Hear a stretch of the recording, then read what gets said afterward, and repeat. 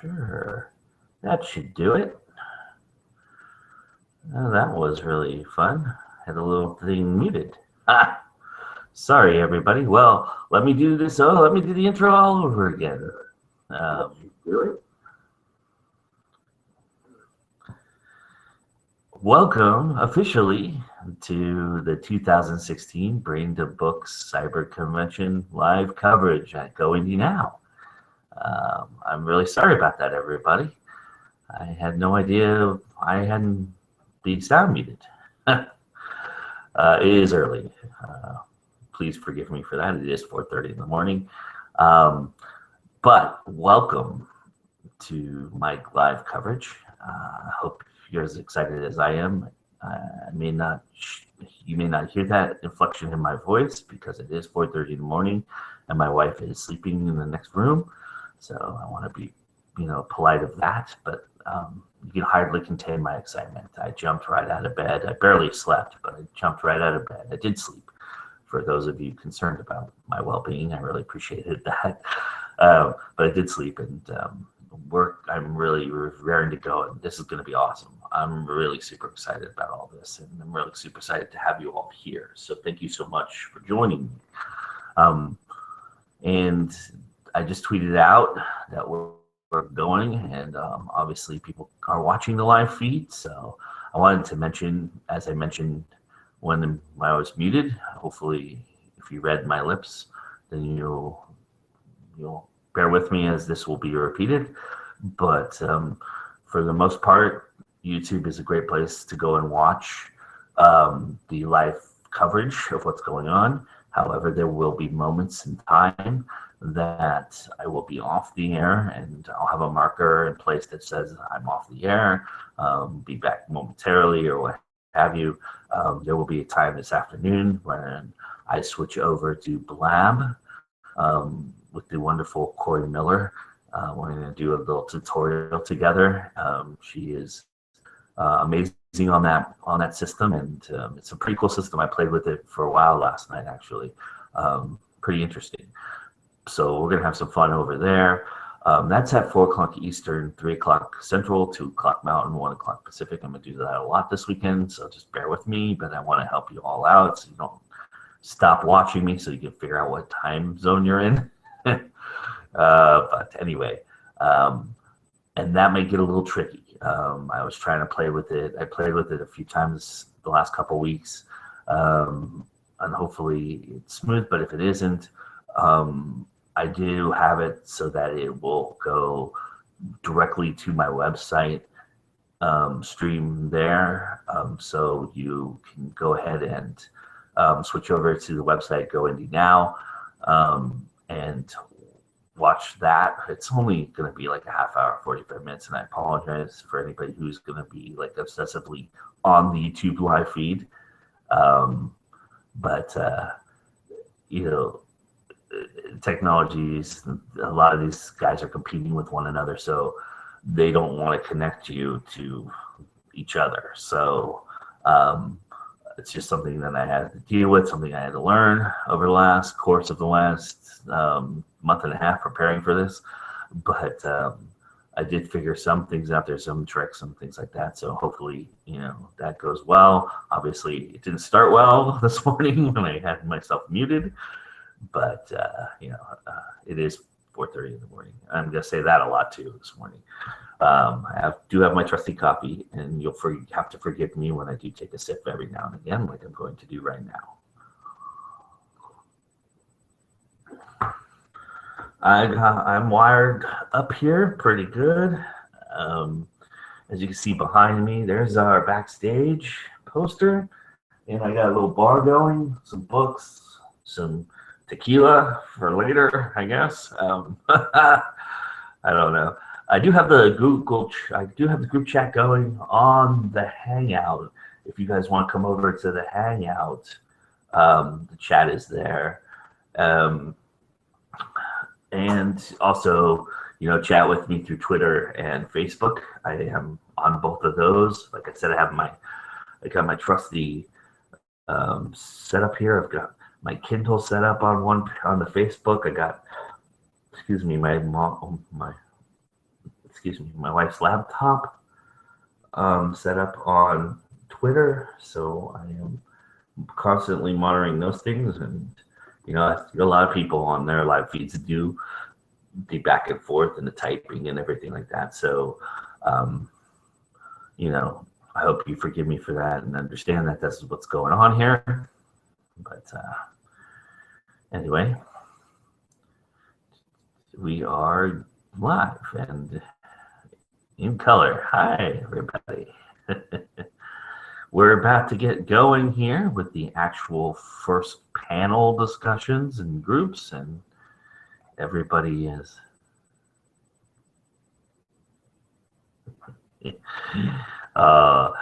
I just got a nice little message from Angela. LOL, you can't see it, but I raised my arms and pantomimed a silent cheer. Cool. Oh, hi, Angela. Anyway, Angela is the whole reason we are here, and I'm super graciously excited and can't. It's awesome. It's awesome. She's absolutely amazing, and I'm super excited that she agreed to let me do this, and couldn't be more grateful for that. So thank you, Angela. And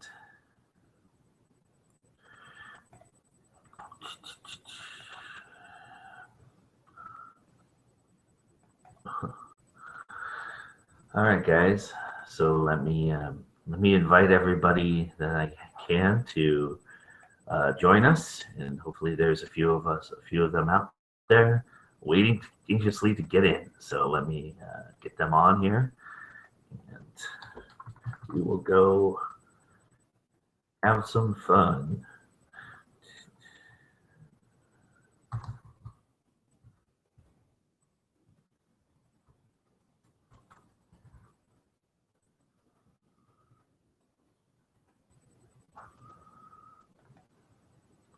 Again, this is the fun part of this whole excursion, right? Watching me type can't get much better than that, I don't think. Well, I'm sure it does.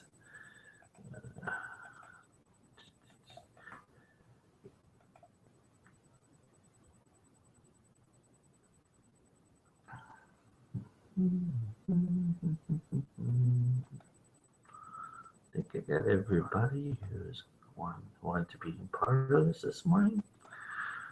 So let me invite them, as I've just done, and we are off and running. It is officially 4:50 a.m. here, 7:50 Eastern Time, 6:50 Central Time, 5:50 Mountain Time. And I welcome you all to an amazing, amazing journey. I guess I should talk a little bit about myself since I have the moment. My name is Joe Compton, and I am the creator of Go Indie Now. Go Indie Now is an online platform. Hey, Karina's with us, or was.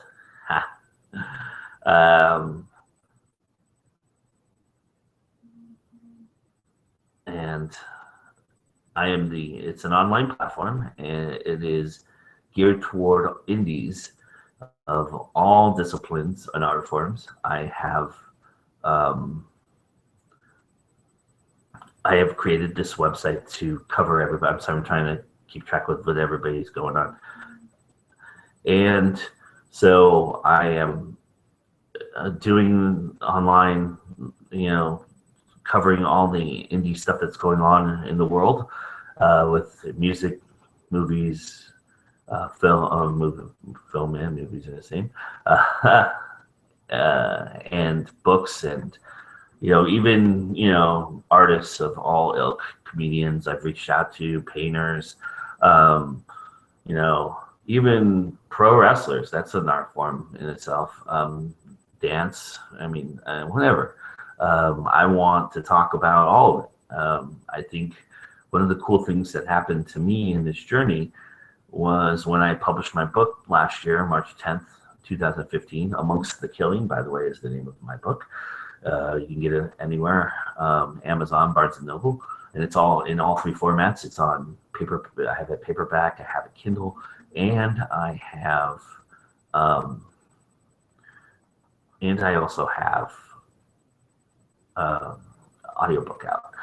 And so in those, in this journey, I've met some amazing people, a lot of whom you're going to meet this weekend. It's been in the publishing world, and it's been incredible. You'll hear more about my story as the days wear on, as the weekend goes, as I have time to tell it. And you know, I'm a kind of a crossover artist. I've done a lot in everything. I've done, you know, film, books.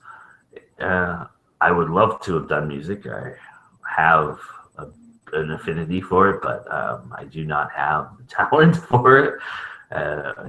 Even in my lip sync video, which you'll see at some point this weekend, you know, that's about as good a talent as I get. Anyway, I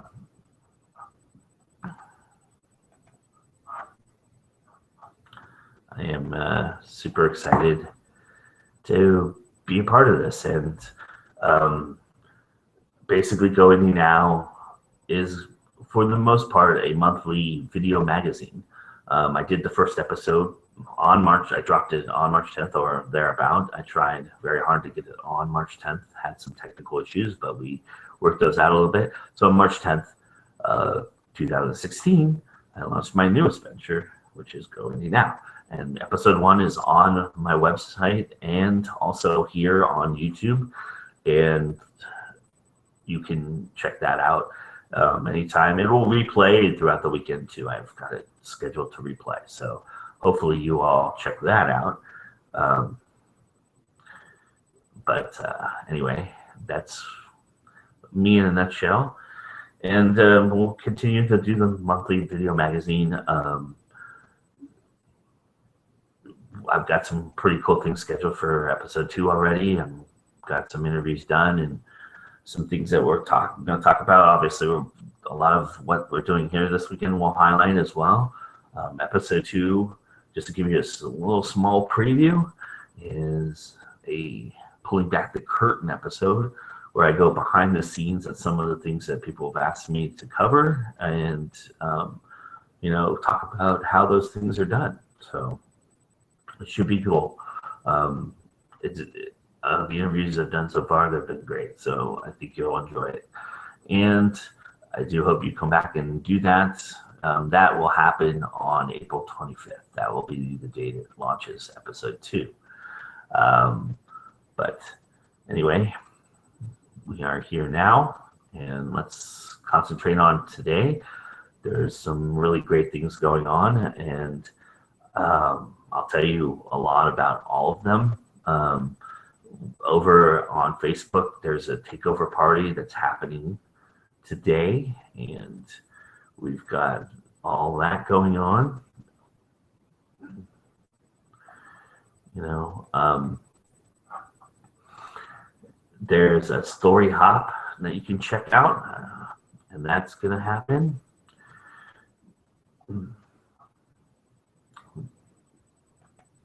And everything, we have Corey Miller's doing some blab chats. She's doing little interviews all weekend long, 30 minutes here, you know, 15 minutes, 30 minutes. Aurelia Casey's panels that begin here very shortly. They'll begin in about a couple hours from now. Those are going to be awesome. I hope you watch the video. If you haven't, you can go to my YouTube channel and do that as well. I did an interview with her where we talked about the panels and got the panels started. You know, we went through each panel and what it's going to be about. So you can mark, and we went through the schedule and told you what time they were and everything. So you can mark on your calendar when you want to watch them. And also, just to let you know, we will be replaying those at least day 1 and day 2 on this channel later in the morning, tomorrow, Saturday morning, probably around 4 a.m. That's when I have it scheduled. If you go to goindynow.com, you can check out the schedule. It breaks down every bit of what I'm doing here this weekend. So I have the entire schedule up, and I will, as much as I can, follow that. I do leave a little bit of wiggle room for live, because we are live, and things happen, and people we want to talk to everybody and anybody we can. So some things may go over, some things may come short. So all of those things, I may have to run to the bathroom at one point, whatever. This is live, and I do want to have a bit of spontaneity to that. And, so there will be some little minor tweaks, but for the most part, we'll stay right on schedule. And that's the plan, and we'll go with that. But as I was saying, Facebook has some takeovers going on this weekend. Held at Matthew Harrell's group is doing a lot. And there's going to be some amazing authors that are going to talk about all their works, and we're celebrating a few special authors that Matthew has put together to celebrate for this weekend, and it's just going to be amazing. So those are getting started. I'm looking at the event and seeing what we're doing. But if you go on to the Takeover website, it is facebook.com/events. This is a tricky one. I'll write this on the screen here so that you can see it. But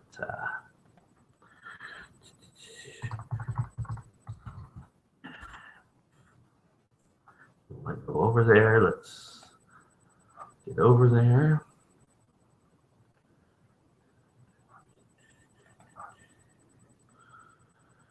Put a card up so that everybody can see what's going on.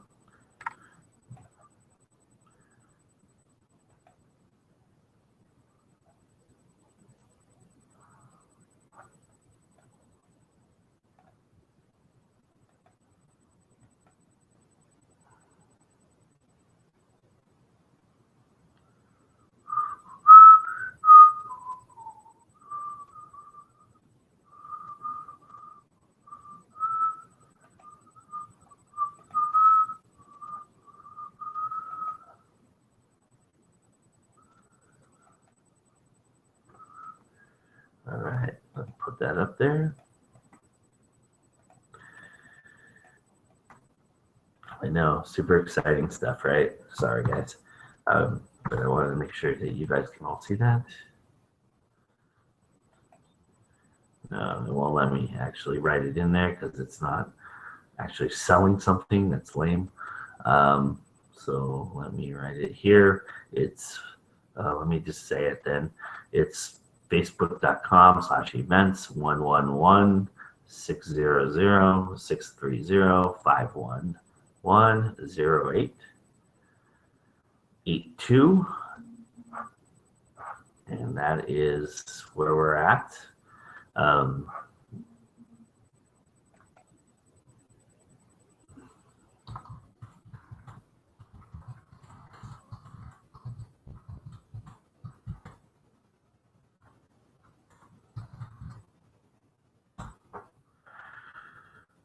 Somebody's conversing with me.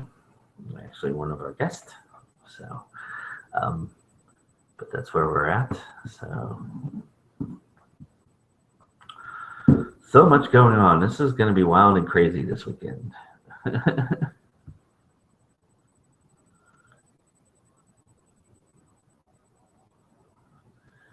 Awesome.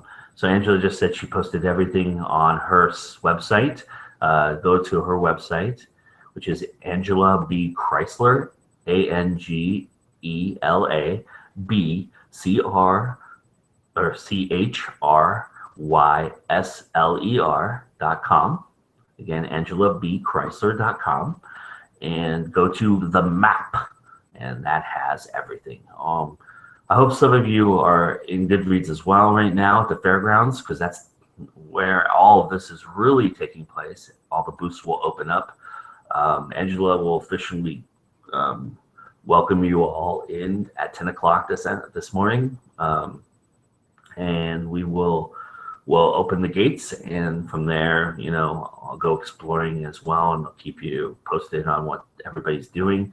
There's some great giveaways out there. I mean, there's so much giveaways going on this weekend.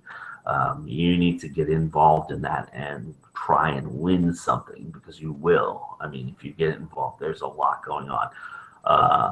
The tournament I am running, the Brains Book Character Tournament on Brackify, is happening and going now, and people are voting, so don't get left behind.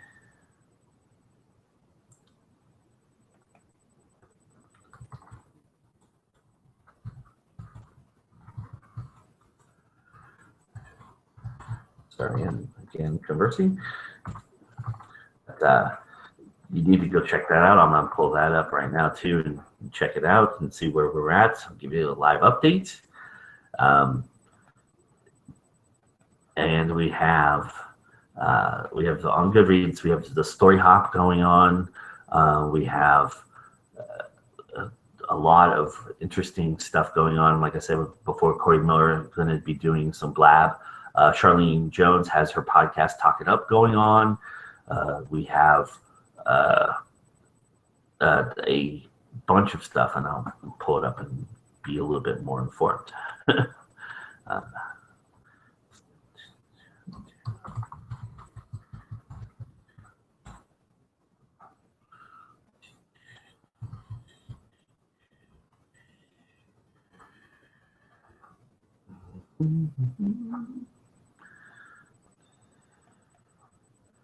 It's right there. You can just go right on the map. It's so easy. They made this. CC Rogers did an amazing job with this. This is so phenomenal. There's, if you go right on map, you get everybody's listed there. All the booths are there, and it's just an amazing. There's tons of great authors. Oh my gosh, the author list on this thing is phenomenal. So we have the Takeover event on Facebook. We have the Book Spotlight Tour. Timothy Bateson's Book Spotlight Tour is going on. Car Johnson interviews Inanimate Objects by Rebecca Webb. That's really cool. I checked that out yesterday. That's going to be a lot of fun. Cover Wars is also another voting thing that you can do that's going on right now. That's going on Facebook, I believe. And no, it's going on here. On Facebook, and all the progress is there. Again, go to map. If you go to the Cyber Convention Fairgrounds, you can go right into it and click on everything. Facebook Triple Decker hosted by Tell That. We talked about that already. The Fantasy Blog Tour. Angela's got that going on. Like I said, the live interviews on Blab. And then all the panels that are listed here. Talk It Up with Charlene Jones. Really cool podcast. And I should mention Corey Miller's podcast as well, which is the indie author interview hour. I believe it's aptly named, and that is a fantastic podcast. She had a great interview with somebody from the CFO of Publish. I enjoyed that interview quite a bit. I watched the entire thing. We have Spotlight Features with A.F. Stewart, and Storytime Tour hosted by Angela, and then the Story Hop, which is really cool too. That's an interesting thing going on. All right, so let me.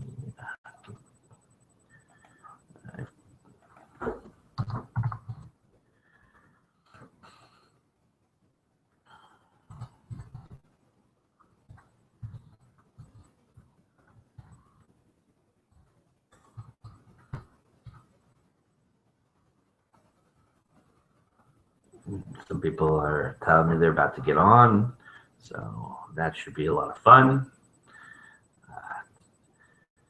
So we'll start opening the gates and then the panels.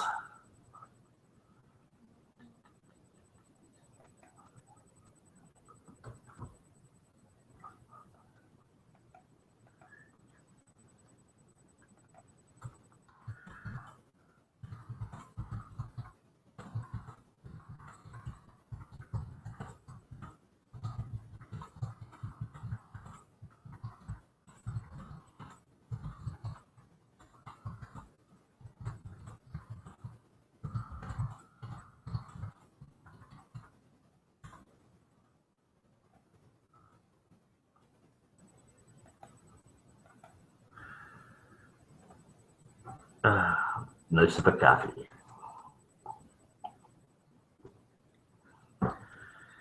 Angela's around.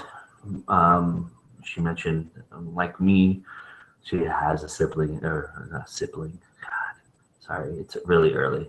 I promise I won't be this choppy as the day goes on. She has her husband sleeping and kids sleeping, and she doesn't want to wake them up, understandably. So, but as soon as they get going, she'll be on live with us talking. It'll be fun. What does everybody think of the set, huh? A little bit, got our little poster here, got our bar behind me. Lots of great stuff. I have the book trailer hour coming up later today. We have some author readings that will be running as well. A few of some great authors read some from their books, and that should be a lot of fun.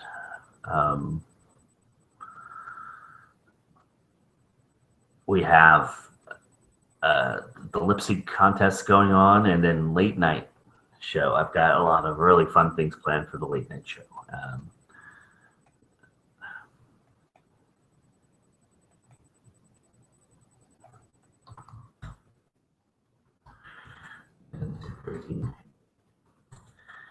It is already kind of going off the rails. No worries.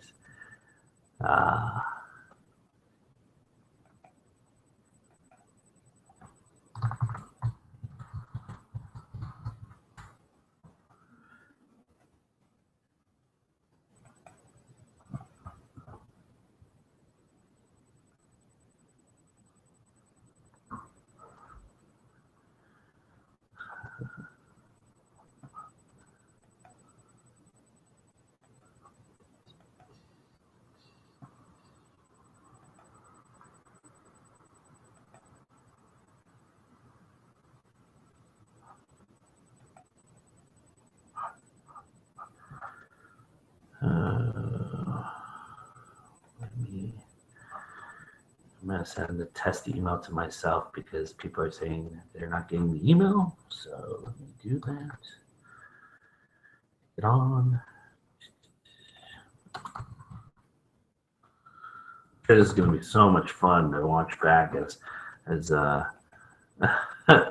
if some people catch up late and decide to go back in the feed, which you can do, by the way. You can go backwards and watch from the beginning. So it's an interesting.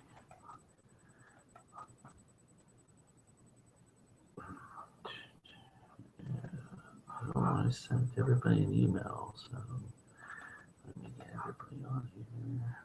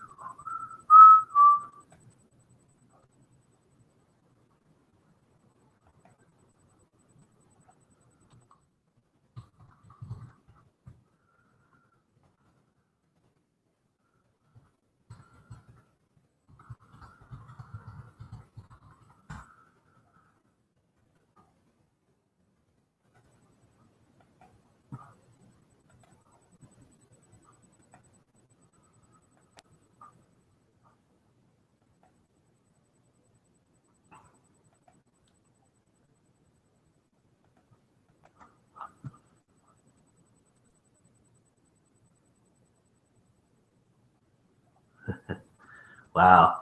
So Angela was mentioning to me that the thunderclap went out last night. 300,000 people. Wow. Very, very cool. Hello.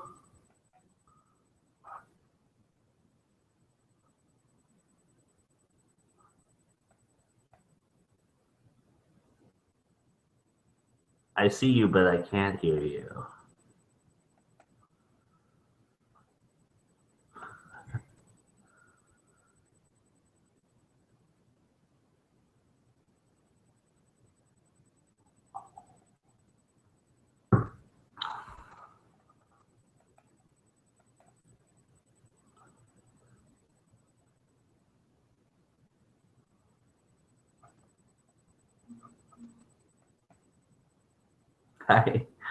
I can see you, but I can't hear you.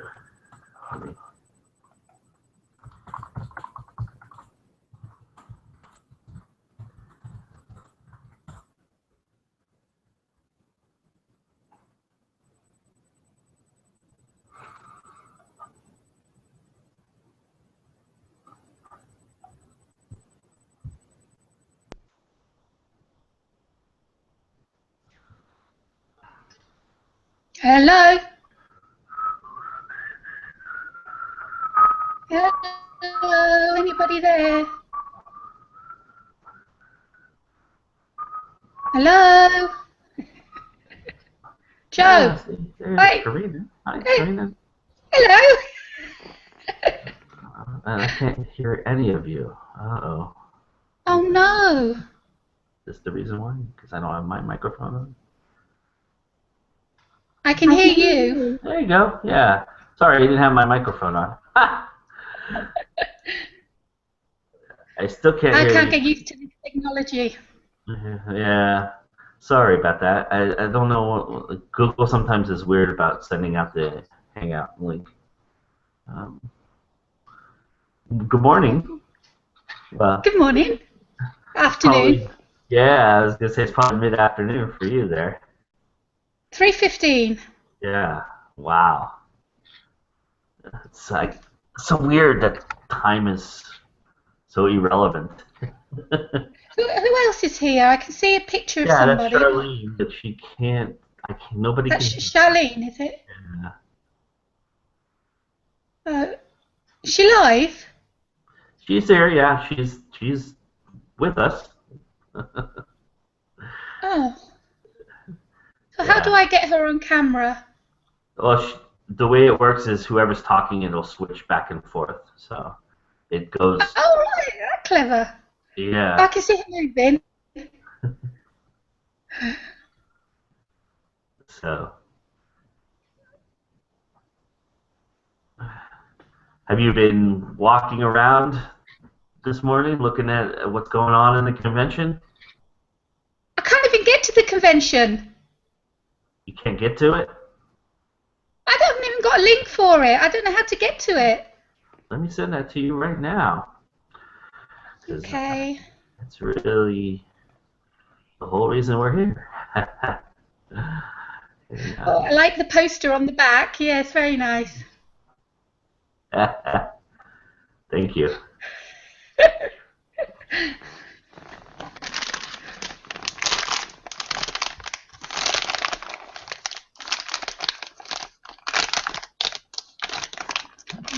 There you go. I just got you the link. So. Okay, let me just put the camera down a minute. I hear you. Someone says I hear you. Yeah, that's Angela. Where have you sent the link, Joe? On Facebook? On Facebook, yeah. I messaged you. Okay, 1 minute.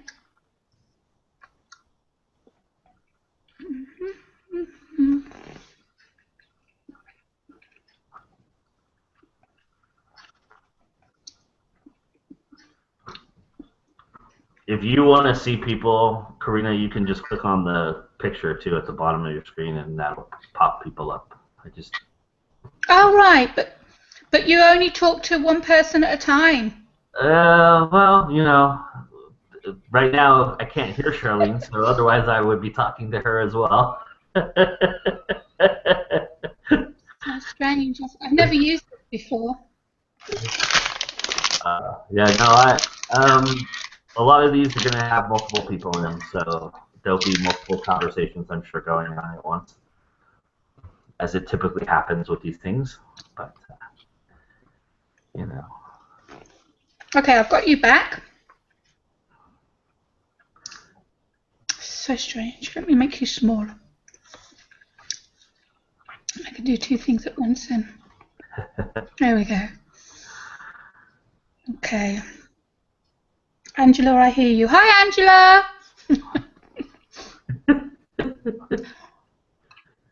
So strange. technology is a wonder, is it not? I don't know. Sometimes. Yeah. We also My computer doesn't like doing too many things at once. It gets tired and confused. So I have to close everything. Yeah, sometimes you freeze up, but that's fine. I can hear you fine, so you're good. Yeah, I clicked on the link for the convention, but nothing's opened up yet.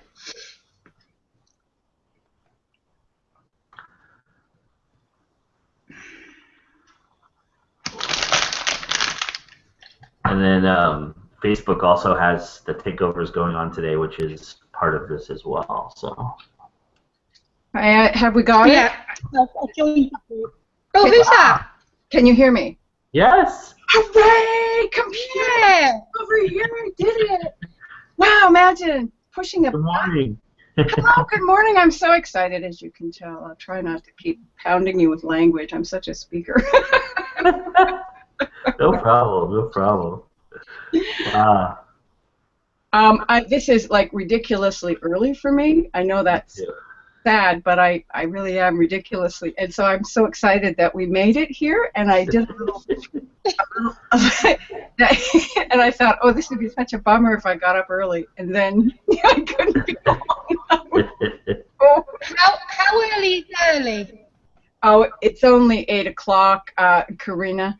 But for me, that's, I had to get up at 7 to have my coffee so I could wake up because it takes me so long to wake up. It's a sad woman's life. You don't want more details, trust me. Just to give you an idea, Karina and Charlene, it's 5:30 here where I'm at. So. Oh my! 5:30 in the morning. Yeah, I started almost an hour ago, so I was here at 4:30. Where are you? I'm in I'm in Northern California. I want to be in Southern California. Yes. Where in Northern Cal?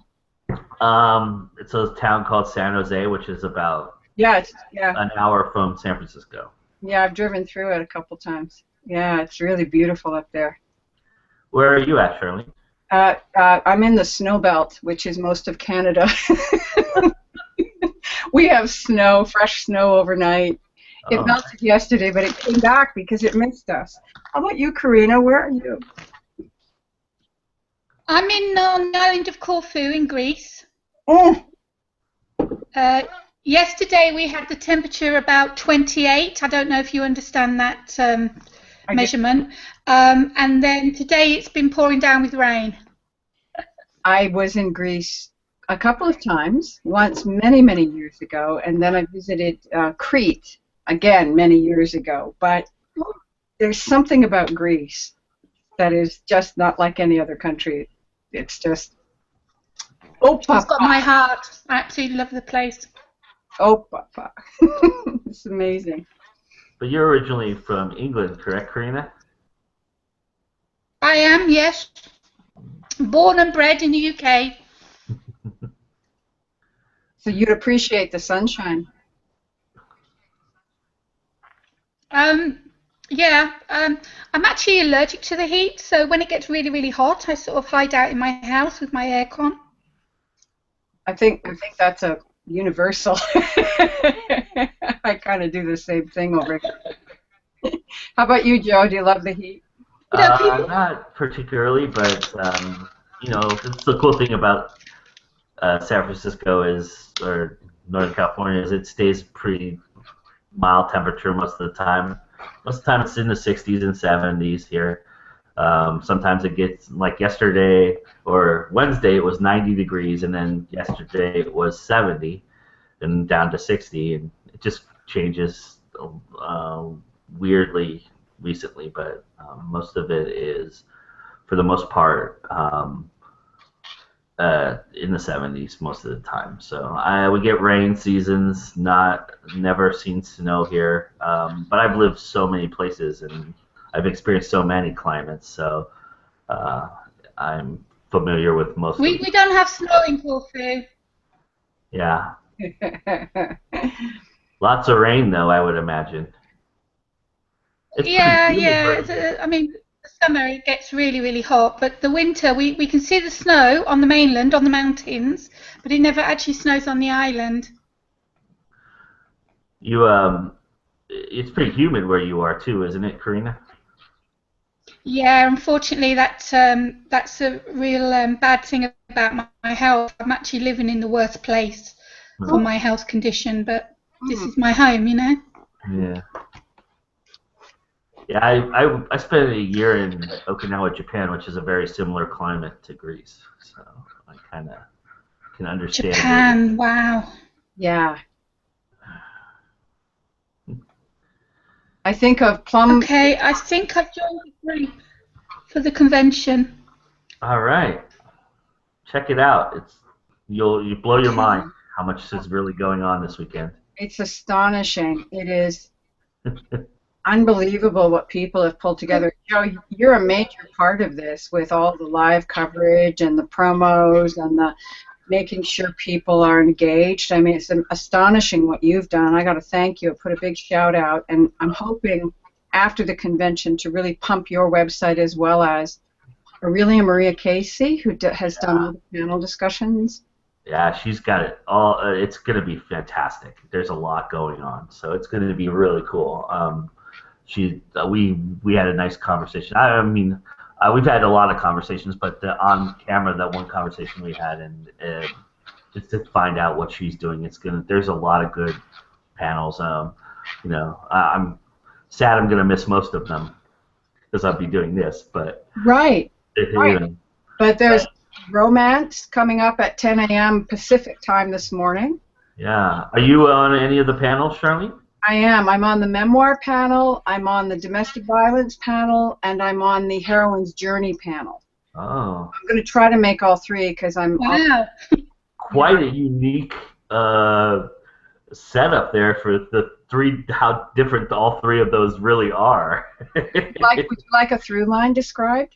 I can describe you a through line, and it's a little bit sad, but a lot of memoir work for women is about violence, one form or another, and the heroine's journey is about how we heal. That's the good thing.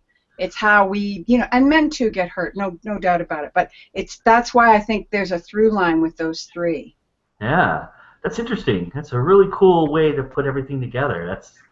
You're kind of doing a whole transition through the journey right there with doing those three specific panels. Are you going to kind of progress? Are you going to show your progression in terms of, have you written in all three areas of expertise, I would assume? I've written a little bit about memoir in, I just happen to have my copy of my book right here, Medicine Buddha, Medicine Mind. Awesome. This is a nonfiction work, of course, and it's actually very easy to read. It sounds like, oh my gosh, that's going to be so dry, I'm going to fall asleep. But I was just like, oh, I got to run away from that book. That's a really heavy book. Whew! No, it isn't actually. It's a book.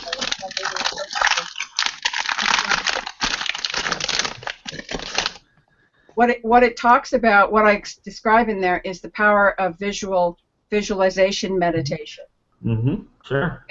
And how neuroscience describes that, and it's really simple neuroscience. I'm not a neuroscientist, so I just took from really pedestrian, great, really, really good books that are out there. and I put the two things together so people can see how they function. But it also has a little bit of my own, a precursor to the memoirs I'm writing now. My memoir I'm writing now is called My Impossible Life because it's been utterly impossible. And I forget what your question was, but that's okay. It was a very sweet question. Thank you. No problem. Progressing throughout the panels. Have I written in all three? Okay, so domestic violence or violence in general to women, generally, yes. There's very little about being a woman I haven't experienced at an extreme level of violence. And so I'm really interested in the arc of healing because that's the theme of my own life. And in that, there's the heroine's journey. There's what it is. And, you know, I don't know, and this is a really awful thing to say, but I think that rape can be seen as the initiation. It's like in mythology, we have Persephone and Demeter. You remember the stories? Oh, sure, yeah. Yeah, well, Persephone got taken by Hades down into the underworld, and that's kind of the experience of rape in a way. And then you come back, but you never quite totally, you've got two worlds now. And so pulling those two worlds together. And as a therapist, as an emotional guide, as a meditation teacher, I work with this a lot with people, men and women. But it seems to me that that is an incredibly powerful initiation. Although I did mention that to a couple of well-established Jungians, you know, the called young people, and they were just appalled. They said, no. Pardon? Millennials. Some millennials. That's what they call themselves, millennials, the younger generation. No, these were actually Jungians, meaning not young ones, but I mean Carl Jung, J. Oh, sorry. No, that's okay. No, I liked where you went with that. I think a lot of the younger ones actually get it. Yeah. And these two were just appalled. They were like, oh, no, it's a horrible event. And that was nice. That was sweet of them. But I think there's a bigger context. And I'm kind of excited about that part. But anyway, yeah, so that's why for me all three are connected. Cool. And you're gonna be doing your podcast during this time frame as well, right? Correct? My podcasts are up on my booth. Awesome. And I have 10 writers came up, 10 authors, and I had the incredible opportunity to speak with 10 wonderful writers. Tracy Joyce from Australia, Angia Lawar, who does erotica, very steamy, hot erotica, and MJ Kobernes from Norway, who does really good. In fact, I'm reading one of his books, Blood in the Sand. He does a really wonderful academic slant, or rather his protagonist is academic, in this science fiction kind of fantasy, you know, with witches and witchcraft. It's really quite lovely. Tabitha Barrett, Corey Miller, who has a great podcast. So I'm just, I'm pushing out the names there so everybody goes to their booths and says, hey, wait a minute, check these people out. Yeah. Well, sorry, everybody, that's my Keurig going. Refilling my coffee. You need to check out Charlene's booth. She's Talk It Up is her podcast, and she's out there on fairgrounds. So when the fairgrounds open, go say hello. Love it. And Karina, talk about what you're doing. What's going on with you? You got something in progress right now, or you just released some stuff recently, right? I've just released my 8th book. This is my baby, Illusional Reality. It's my first fantasy book, but it's not the first fantasy that I've written because I write in all genres. But this is my first novel, and I'm so proud of it. And the reviews are coming in slowly, and they're all 5 stars so far, so hopefully they'll stay that way. I wrote this after I came back from the cinema watching Lord of the Rings, The Fellowship of the Rings. Oh, really? My journey home took about an hour, and by the time I got home, the book was written in my head. And what's unusual with writers, normally when you start writing, when you get to an end of the book, what you began with, or your idea, it changes. Well, this one never. The characters, the plot, everything stayed the same from that first idea I had after Lord of the Rings. It's magical. It's a romance. There is no elves, there's no witches, there's no goblins, there's no trolls. Everything is original. The characters are original. The plot, hopefully, well, I've never read anything like it. So it's not your usual fantasy. But I love it. I'm really proud of it. And go out and buy it, everybody. Paperback on Lulu and ebook on Kindle, Smashwords, and Lulu. And I can tell you, I can tell everybody that Karina is very active on Pinterest. When I was doing research for Karina, she has a ton of stuff. There's some readings of this book, actually, Illusion to Reality, on there and on her websites, and she'll be part of the author readings as well. She read some stuff. She didn't read it for me. She's recorded those in the past, I was pretty sure of.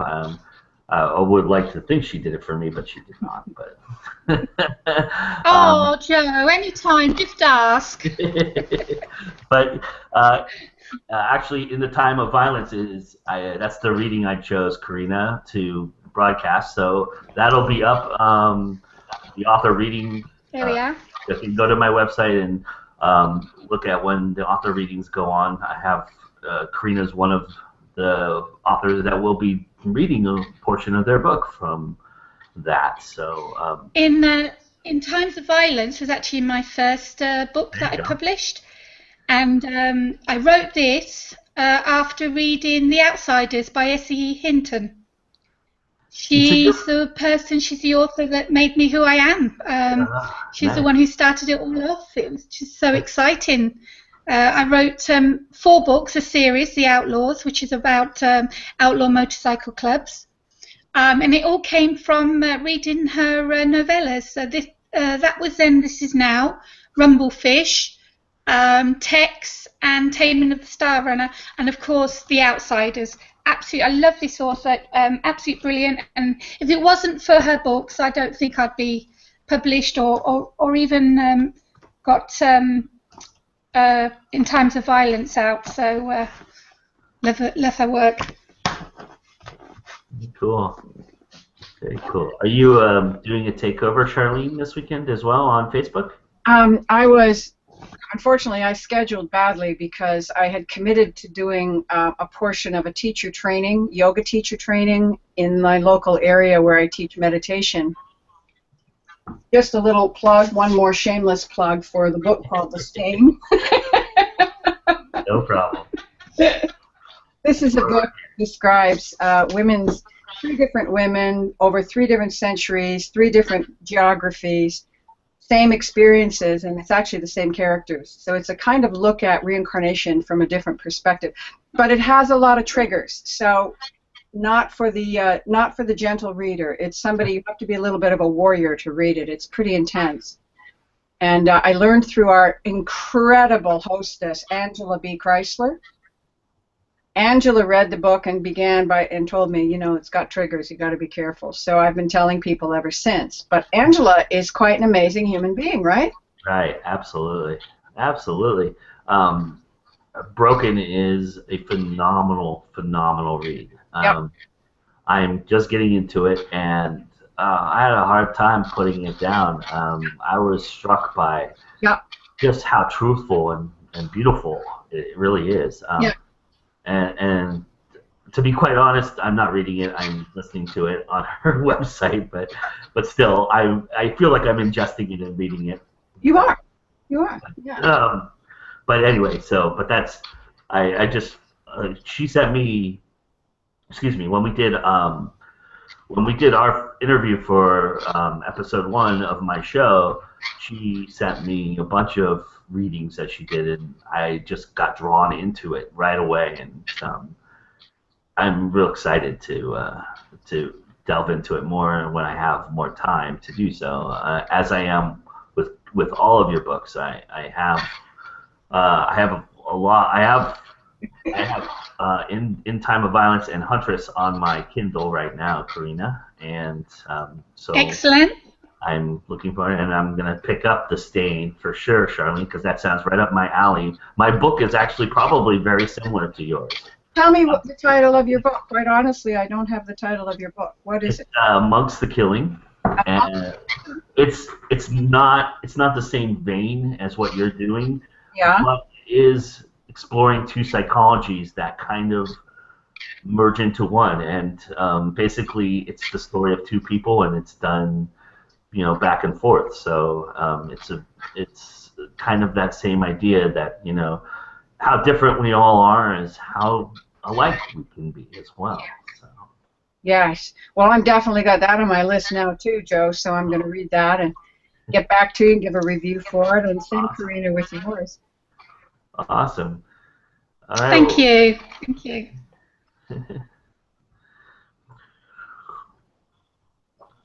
Oh man, it is early. I'm going to go get another cup of coffee. In fact. No problem. Take your time. Right. Thank you. Yeah. So I love your backdrop, by the way, Karina. All those bottles. Wow, you got a nice bar going. Yes, a little bit empty.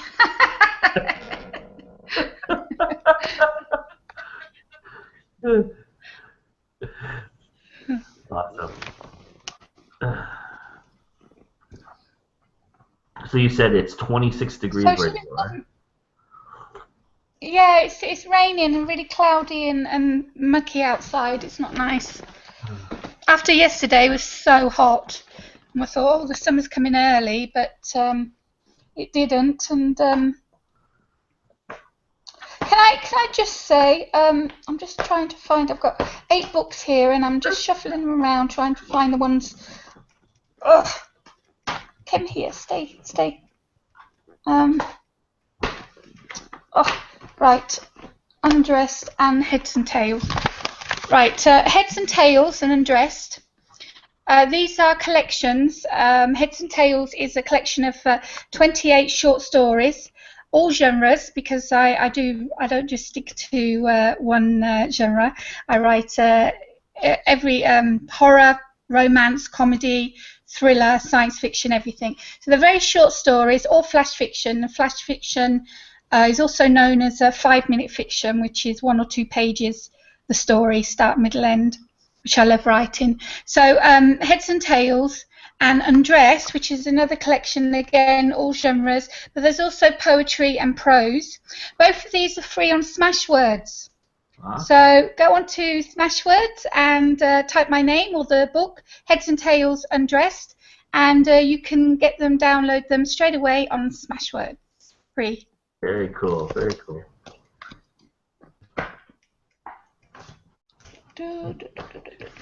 She was saying what Charlene was saying about women's violence.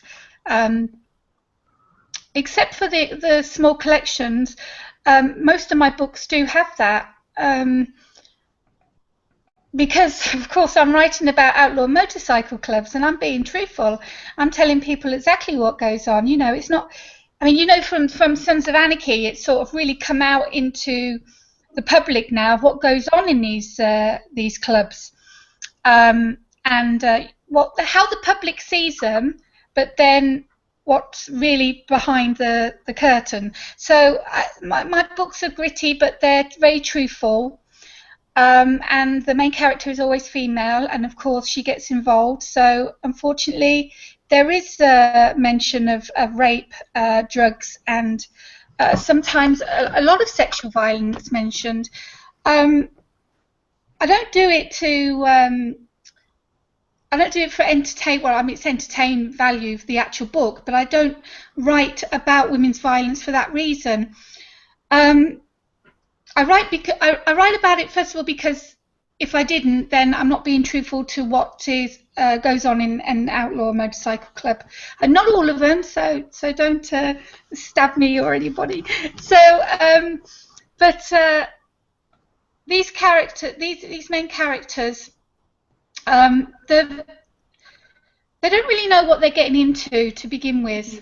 They basically fall in love with the idea of the respect, of being someone, of being loved within the group, thinking, oh, I've got all my brothers around me and they'll look after me. Unfortunately, it costs to get that respect, and many of the women what they go through, it does make them a stronger person, and it does make them into the person they are by the end of the book. So having to go through what they went through, actually, I can't say it's a positive thing. It's horrible to say that, but it makes them stronger. Does that make sense, Charlene? Without it, Karina, absolutely. And I understand you saying we can't. This is where it becomes tricky, but it's so true to so many women's experience. It isn't that it's a positive thing. You would wish not to have that for anybody. You would wish not to have exactly. violence for anybody. So you can't see the act itself as a positive thing.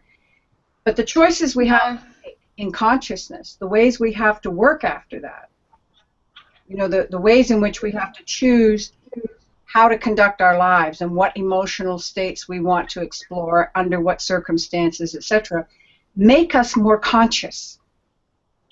I believe that fully, that we have the choice to become more conscious, as painful as that may be in some circumstances. And so I think, yeah, I understand what you're saying, and I would, from that perspective, I totally support what you're trying to say there. Yeah. It also makes them stronger. Yeah, not all women, unfortunately, get through it. And something like that, it will stay with you for the rest of your life. The same with bullying, which I talk about in Stone Cold, my own experience of bullying. Something that hurts so much, that changes your mental state. You can get stronger. You can live through, but you'll never. I don't think you'll ever forget it. You won't. But it's if you can get through it, then you become a stronger person for it. Well, you know, I think that's right, Karina. I think that's well said. And then to that, I would add that in my own experience, one of the ways that I look at it is, okay, so that's the worst thing that happened. Those 3 days of being with those 2 guys and being a hostage, that's the worst stuff. Okay, that's bad, bad, bad, bad. However, what is good, good, good? What has ever happened that is equally powerful and positive? And I tell you, the list there is a mile long. That's good. And so, well, everyone, you got, you know, the fact that I can get up in the morning and breathe. I mean it. I take my health very seriously, and I'm very grateful for it. Yeah. So I start building my family. You know, you go from there. Whatever I can read, I can write. The very simplest thing, closest hands and feet. Create a list of positives, and we go to that, and we go to that, and we go to that, and soon you realize that was dark. It's never going to be nice, but it's just a memory. It's nothing more than a memory. It's like being sick. You get the flu and you throw up and it's awful, or you have a terrible disease and then you get over it. You may not entirely get over it. You don't forget it. But you can be grateful for everything that comes to you in your life. After. Positive. Yeah. And I think that the value of that is so strong. Wow. Yeah. That's amazing. I'm just sitting here in awe. Thank you, ladies, for sharing. It's just amazing. I completely agree with you. I think, I mean, they say experience makes the man, but I'm not so sure that that can be carried over when you're trying to, you know, build who you are as a character and a person. I think you go through experiences, and some of them stay with you, some of them don't, for a reason, you know. And I think exactly. I think discerning that idea is where you start to grow and understand who you are, you know. And I think that's. Ooh. That just excuse the background. That's my the door. Yeah, that's my family coming. How funny. Only live can you get great moments like that. Yeah. It's live, you know? Yeah, absolutely. No, that is fantastic. Karina, Demberasi. Yes. Temperasi. Temperati, bravo! Tak seri tolligu Linika? No, Singapore, Alenika. We're just going to have a conversation in Greek now, okay? That's fine. Totally fine. It'll be a very short one, Joe. I have 3 phrases and I've used 2 of them.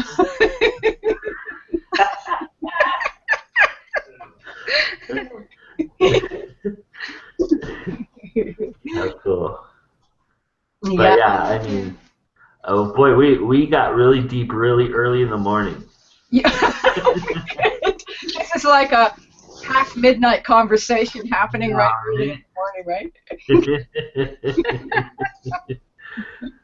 But Well, I can tell you something. My oldest, come here, Sophie, a minute. This is my oldest, Sophie. She's half Greek, half English. You're live now. Hello. You're not just talking to these people. You're live, public.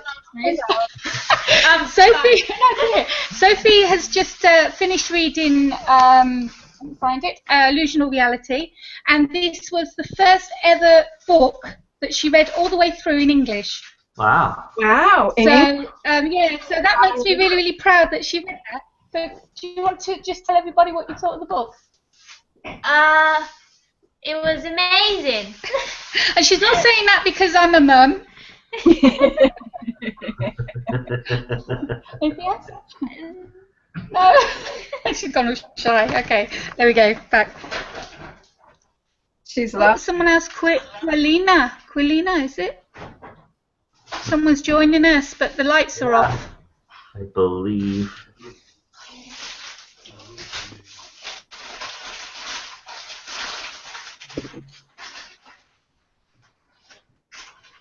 Yeah, someone's. I don't know who that Waiting for is. the lights to go on, aren't we?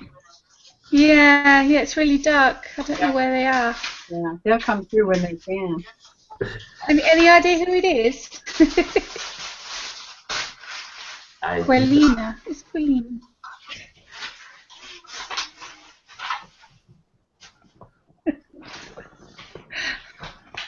Oh dear, it's funny. This is what happens. They just get home from school.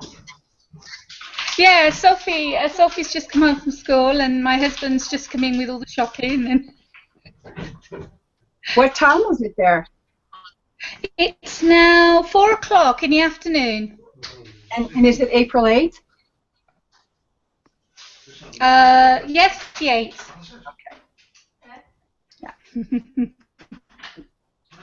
I think that's Quilina trying to come in, and she's coming from some exotic place as well. Is that her name, Quilina? That's beautiful. Mm-hmm. Like Queen Quilina, yeah. Quilina, yeah. Yeah. I think she's just wanting to visit us.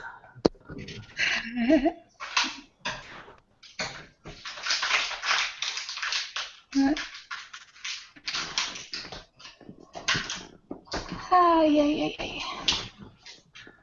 So, Karina, how long have you been in Costa Rica? I came here when I was 18 on holiday. My first time abroad, my first time flying. And I met my now husband, who was a waiter in a cocktail bar. Oh, my A God. barman. How Yeah. How romantic. Yeah, it was. 2 weeks I was here, and I think we both knew after that. And so many plus years later, 2 children, and yeah, nice. That's lovely. Weren't all candy floss though. It wasn't all love hearts and candy floss. I mean, in real life, it's not, and that's what I write about in my books. You know, everyone's saying, "Oh, well, you never have a happy ending." I said, "Well, real life isn't always happy. You know, even romances, you get together, but it doesn't mean you want to really. You're with the person at the end of the book, but it doesn't mean that they're truly in love." Well, I couldn't. You know, I try to stay. Yeah, I try to stay true to real life. You know. And I think there's a big call for that, because. But I do love my husband very, very much. There's no doubt in my mind there.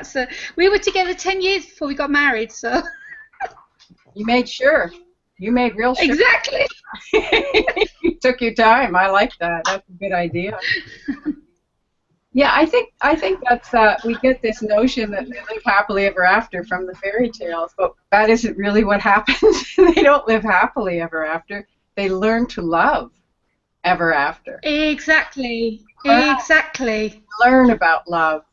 We fall in love, and we know that that's from a great writer named Helen Fisher. She's done the neuroscience on it. There's this cocktail of chemicals that pop in your brain. She says they're as strong as heroin. Acetylcholine and oxytocin, and now I'm just showing off, but so excuse me. But there's this cocktail in our brains when we fall in love.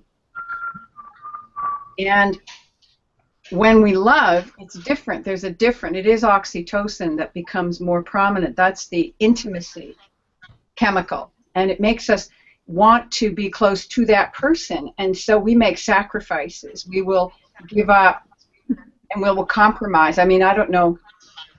There's another one. Hello, dear. Yes, the other one.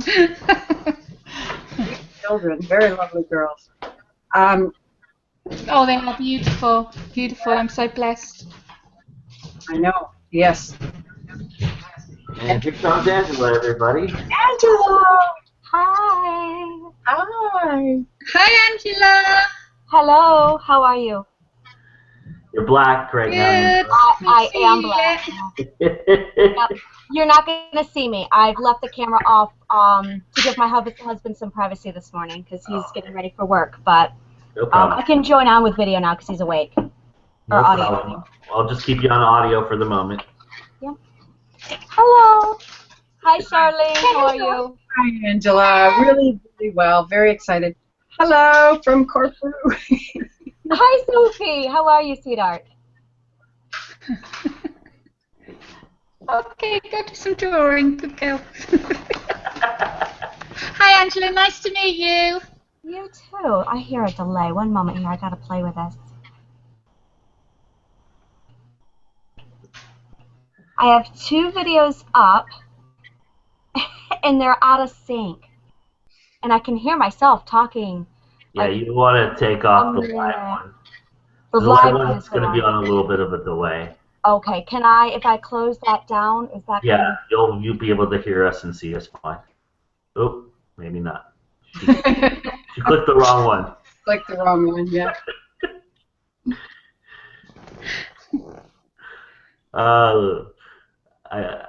I adore her. She's just amazing. This is an amazing woman. I call her the multi-armed goddess, and I think I'm right. She's just like doing everything all the time in every direction and getting everybody involved in a most loving and kind and open way. I just really admire her. Yeah, she has the best intentions when it comes to what she's doing, and she knows it. She's very confident and is very, very good at what she does. Yes, you closed the wrong window. I see that. Okay. So I should have Google Plus. This will work. Here I go again. Okay. I am tech savvy. I got it here. Were you enjoying our deep conversation, Angela? I was. No, I was commenting in the down below in the dialogue, and it was. I'm just like hopping here, and I'm like, I can comment, and and I'm just like, oh, it was hard, but I got through it. It's okay.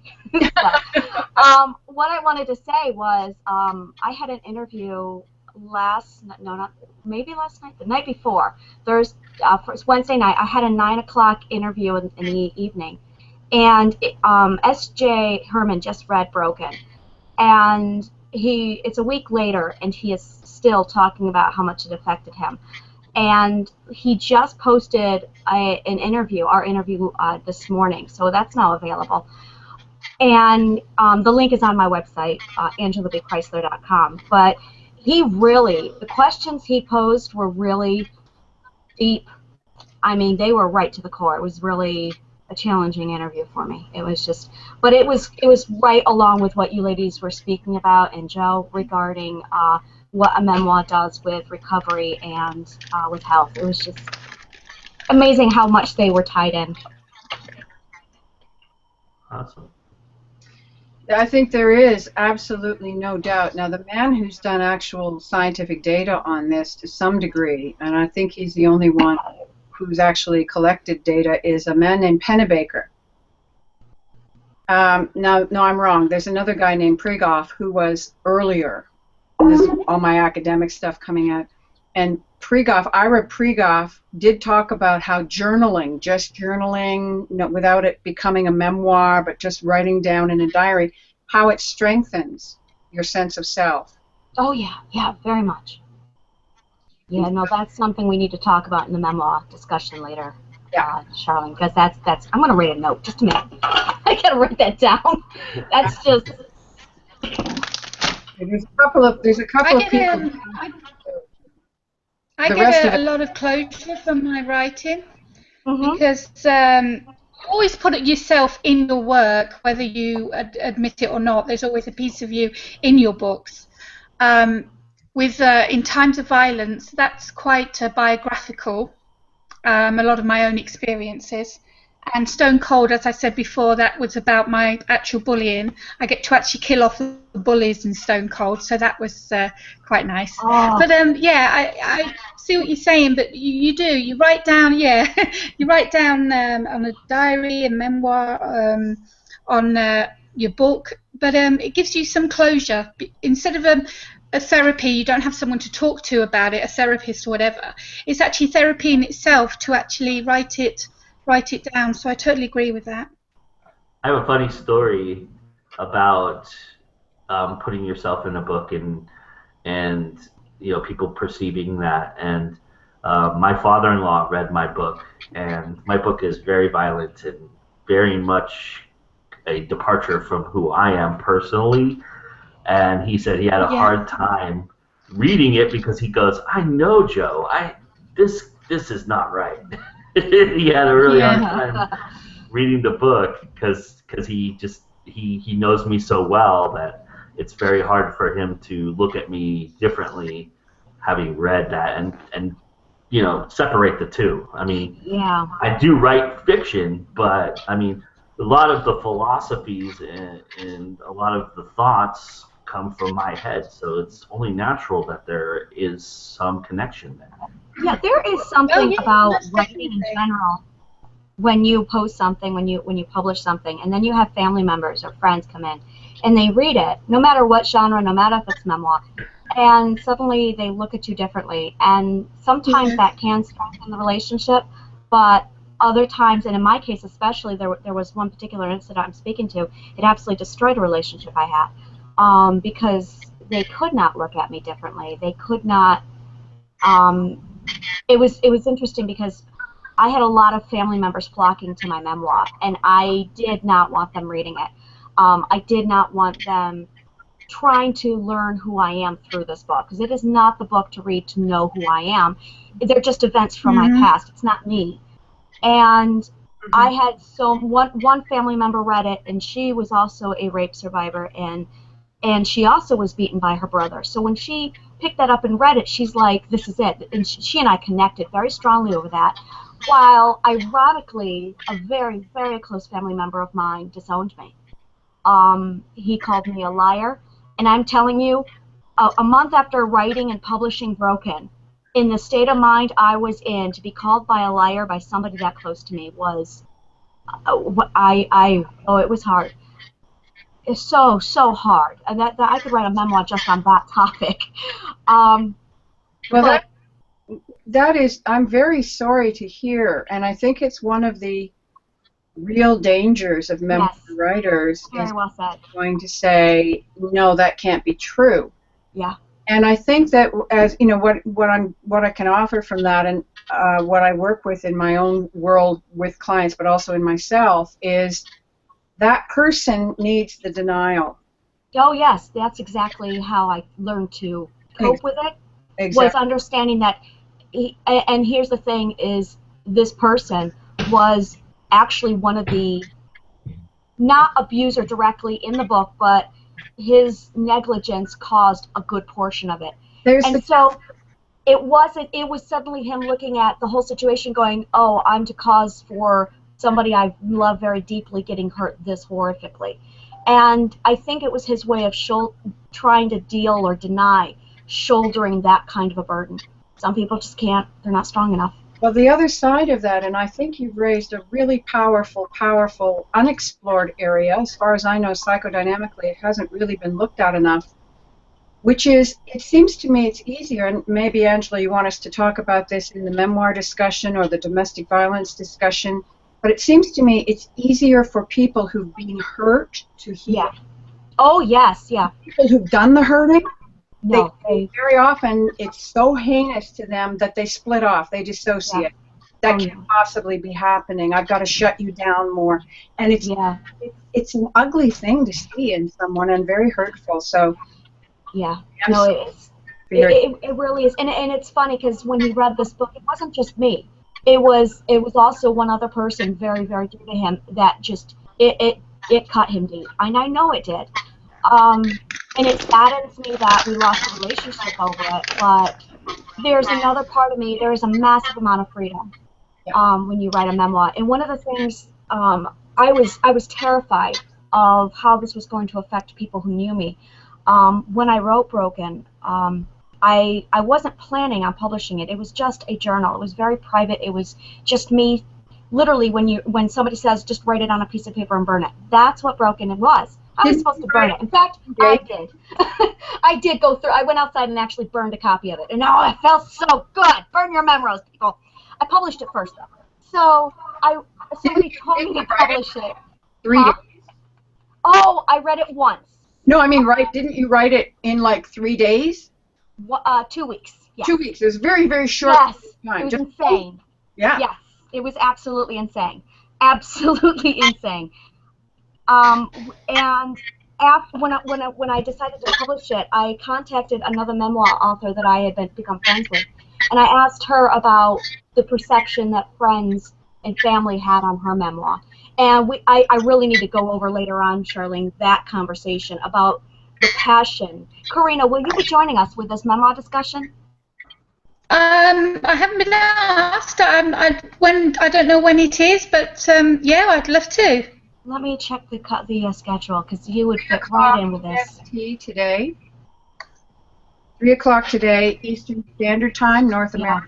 So I don't know what that does for your timing, Karina. 3 in the afternoon? Yes. It would be about 11 p.m. Yeah.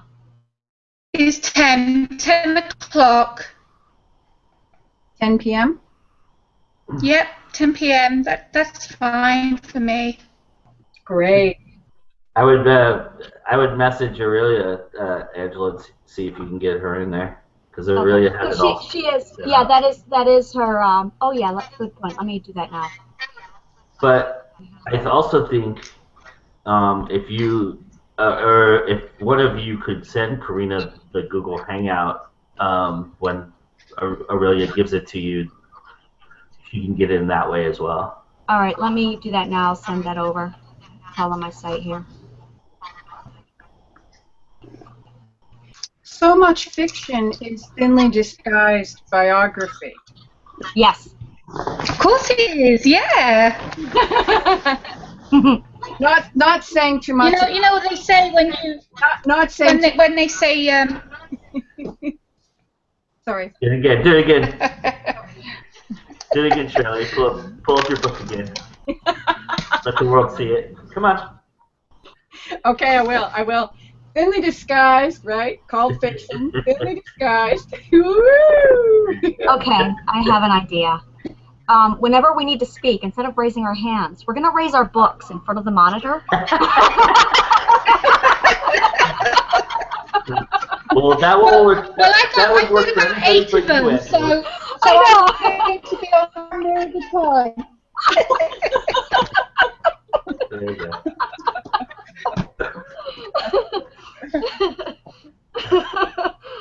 You ladies have already figured me out, and we're only an hour into this, so geez, thanks. Now everybody who comes on from this point forward subsequently is just going to put their book right up instead of their face. And I'm happy. Yes. Yeah, I'm And gonna I have see to. you, I'm Joe. gonna have to focus on every single one of them. I see you, Joe, going, oh, wait, Charlene, I'm sorry, Karina had her book up first. One moment. Yeah. There you go. I make my kids do that when all three of them are talking at the same time. No, you're raising your hands. Karina's got too many books. Karina's bursting in the conversation. She's got so many books. It's not fair. Yeah. That's when it gets ugly. Yeah. Karina's got a library. We're all sitting here with our one book or two books. Yeah. Talking in paragraphs. Look at that. Let's fan that out. Yeah, there you go. Okay, here's an idea. So, Yeah. I grew up in a one-room schoolhouse. Yeah, we need to talk about that sometime. How can you hold all those books in your? You've got an enormously great grip, Karina. Holy crap! 20 years. I wrote my first book 20 years ago. Wow. Wow, did you go traditional publishing or self-publishing then? No, I did. I started off with self-publishing, and then I went with a small press for Huntress. Miss Karina. And then when the contract was coming to a close, I said I'm not going to sign to the next one. I'm going to, because they didn't do any marketing or promoting for me. So I thought, right, I'm going to go back to self-P.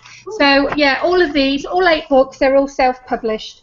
Okay, you just earned yourself an interview. Do you mind if I snag you up at some point? I'm not sure it might have to wait until after the convention, but I would love to talk to you regarding the differences, and I want to do this right now because self-publishing 20 years ago is not the same thing of what it is today, and that's a topic I have been dying to get a hold on. Where do I start? Okay, you just gave me like gold, and I'm like, ooh, okay. I'm going to calm down and bring myself back, and now we're going to start this over. So, what would you say is the biggest difference between now and then with self-publishing? Well, 100%. It's that everyone can do it now. Back then, people were just trying to find agents and publishers and trying to do it the traditional way because self-publishing wasn't heard of. People thought, oh, you don't do it yourself, it's going to cost too much money, you're never going to sell any books. Unfortunately, because of Amazon with their Kindle, now everybody can write a book and be a published author. So back then it wasn't. So there wasn't as much a competition for a start. But there wasn't many places that you could actually, how do they call themselves? Not small presses, like Lulu, where you actually upload the book and sell it from their site. There wasn't many places that did that, and it was unheard of because everyone was trying to find the pot of gold at the end of the rainbow, and that's an agent. Yeah, we still have that now today. It's impossible really to find an agent. I mean, you've got to have, I don't know what you've got to have. They always say they're looking for the latest, the newest thing, but they're not. They're actually looking for a genre that's selling at the moment. Yeah, that's so right. Say for now it's erotica. Of course, they're going to be looking at all the submissions for erotica, but they say, oh no, we're always looking out for something new. And I had something new, and I still have some new. But I stopped submitting years ago. I decided to do it by myself, and I haven't contacted an agent or a publisher in the last maybe 10 years now. Yeah, I submitted for 6 months, and then I am an avid researcher. So while I was submitting, I was doing constant research at that time, and I got to a point where I realized this is a business. The agent is a business, and their only goal is to make money. And they will only take a book if it guarantees money, because for them, making a book is expensive. It is a huge investment, and it's just like the stock market here in New York. If you push it through, you are not going to put any money or invest your money into something unless you can guarantee almost a 100% money maker. It's just not. Exactly, but they're missing out on that. They're not taking a chance. they're not taking a chance on something new, something that could, Right. because it's never been done before, it could go right to the top if promoted and marketed correctly. But they're missing out on that because they're only taking, like you say, the ones they know are going to sell because they're the top selling genre at the moment. Exactly. Yes. And I'll tell you, we're artists. And at the end of the day, we are missing out on culture and a massive contribution to artwork because of this massive business that's literally a roadblock. And self-publishing unfrees that option. It absolutely removes that roadblock, and now you have artists embracing that artwork. And Joe, this is where I think your Go Indie Now really contributes to this cause. Now you have artists embracing the book industry for art's sake, and not for the business anymore. And I think that's where musicians who are indie and movies who are indie, especially the film industry, they have the ability for years now to go indie and embrace that artwork, whereas with books, it wasn't. This is Exactly. also, if I can jump in here a little bit, this is an historic first. Mm-hmm. We are pioneers. Absolutely. Because historically, you had to get a patron. Yes.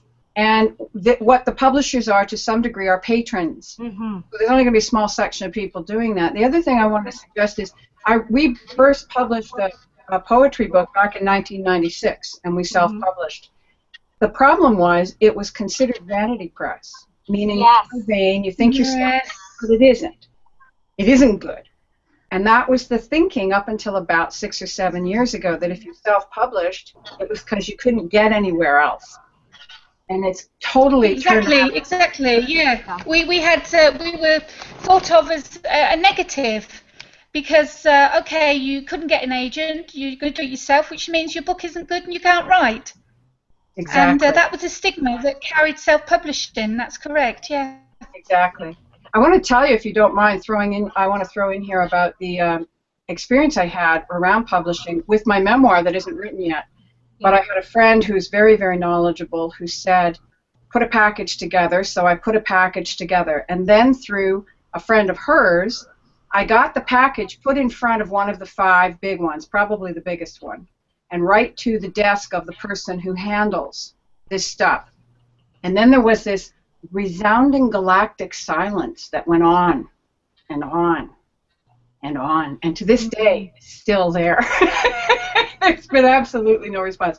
I have 3 or 4 people who have incredible taste around books and writing saying to this person, this is going to be great. This is going to be a good write. You got to get in on. And so to me, it's kind of a karmic thing. It's kind of an angelic thing. It's like, well, the angels have to take care of it because clearly the linear world is not grabbing on. I don't know if that makes sense. How it starts. Your book gets submitted and it goes to the junior person of the office first, the junior. Now, if it can get past the junior, then it goes to the next person. And you've got like 3 different people that your book gets shuffled around before it gets to the actual editor. Yes, yes. If it gets on that conference table, there's 4 or 5 books, and they're only taking one of them. And your book is on that table, on this conference room, with 6 or 7 other people, but you're fighting against another 4 books. That's how much competition, how much chance you have of actually getting an agent or a publisher. Here's what bothered me, though. I will confess to you, and thank you for that very clear description, Karina. I think that's very clear. My book definitely got to the right person. This is the person who handles memoir biography for this huge, one of the big sisters. And what bothered me was that the underperson had responded to us saying she'd sent it along to the big woman. It was rude. I just call it rude. You're that busy. You're that busy that you can't even give a form letter to people. You're that busy that you don't bother. You're that busy that you just put it in a pile you never look at. Yeah. And the Darlene, rudeness. how long ago was that? About 3.5 years ago. In the meantime, I published these 2 books, and now I'm publishing. I'm writing and going to go into publishing the memoirs self-published. And from that, I took that this is a universal guidance principle. Sorry, this is how my head works. This is how my heart works.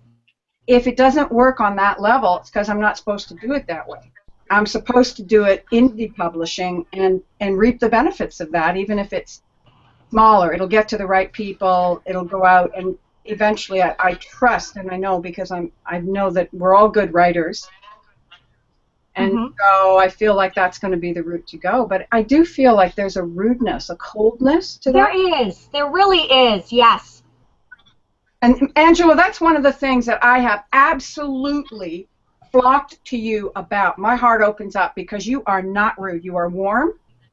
And in spite of being massively busy, you will take the time to do a 1 or 2 word email to somebody who reaches out to you.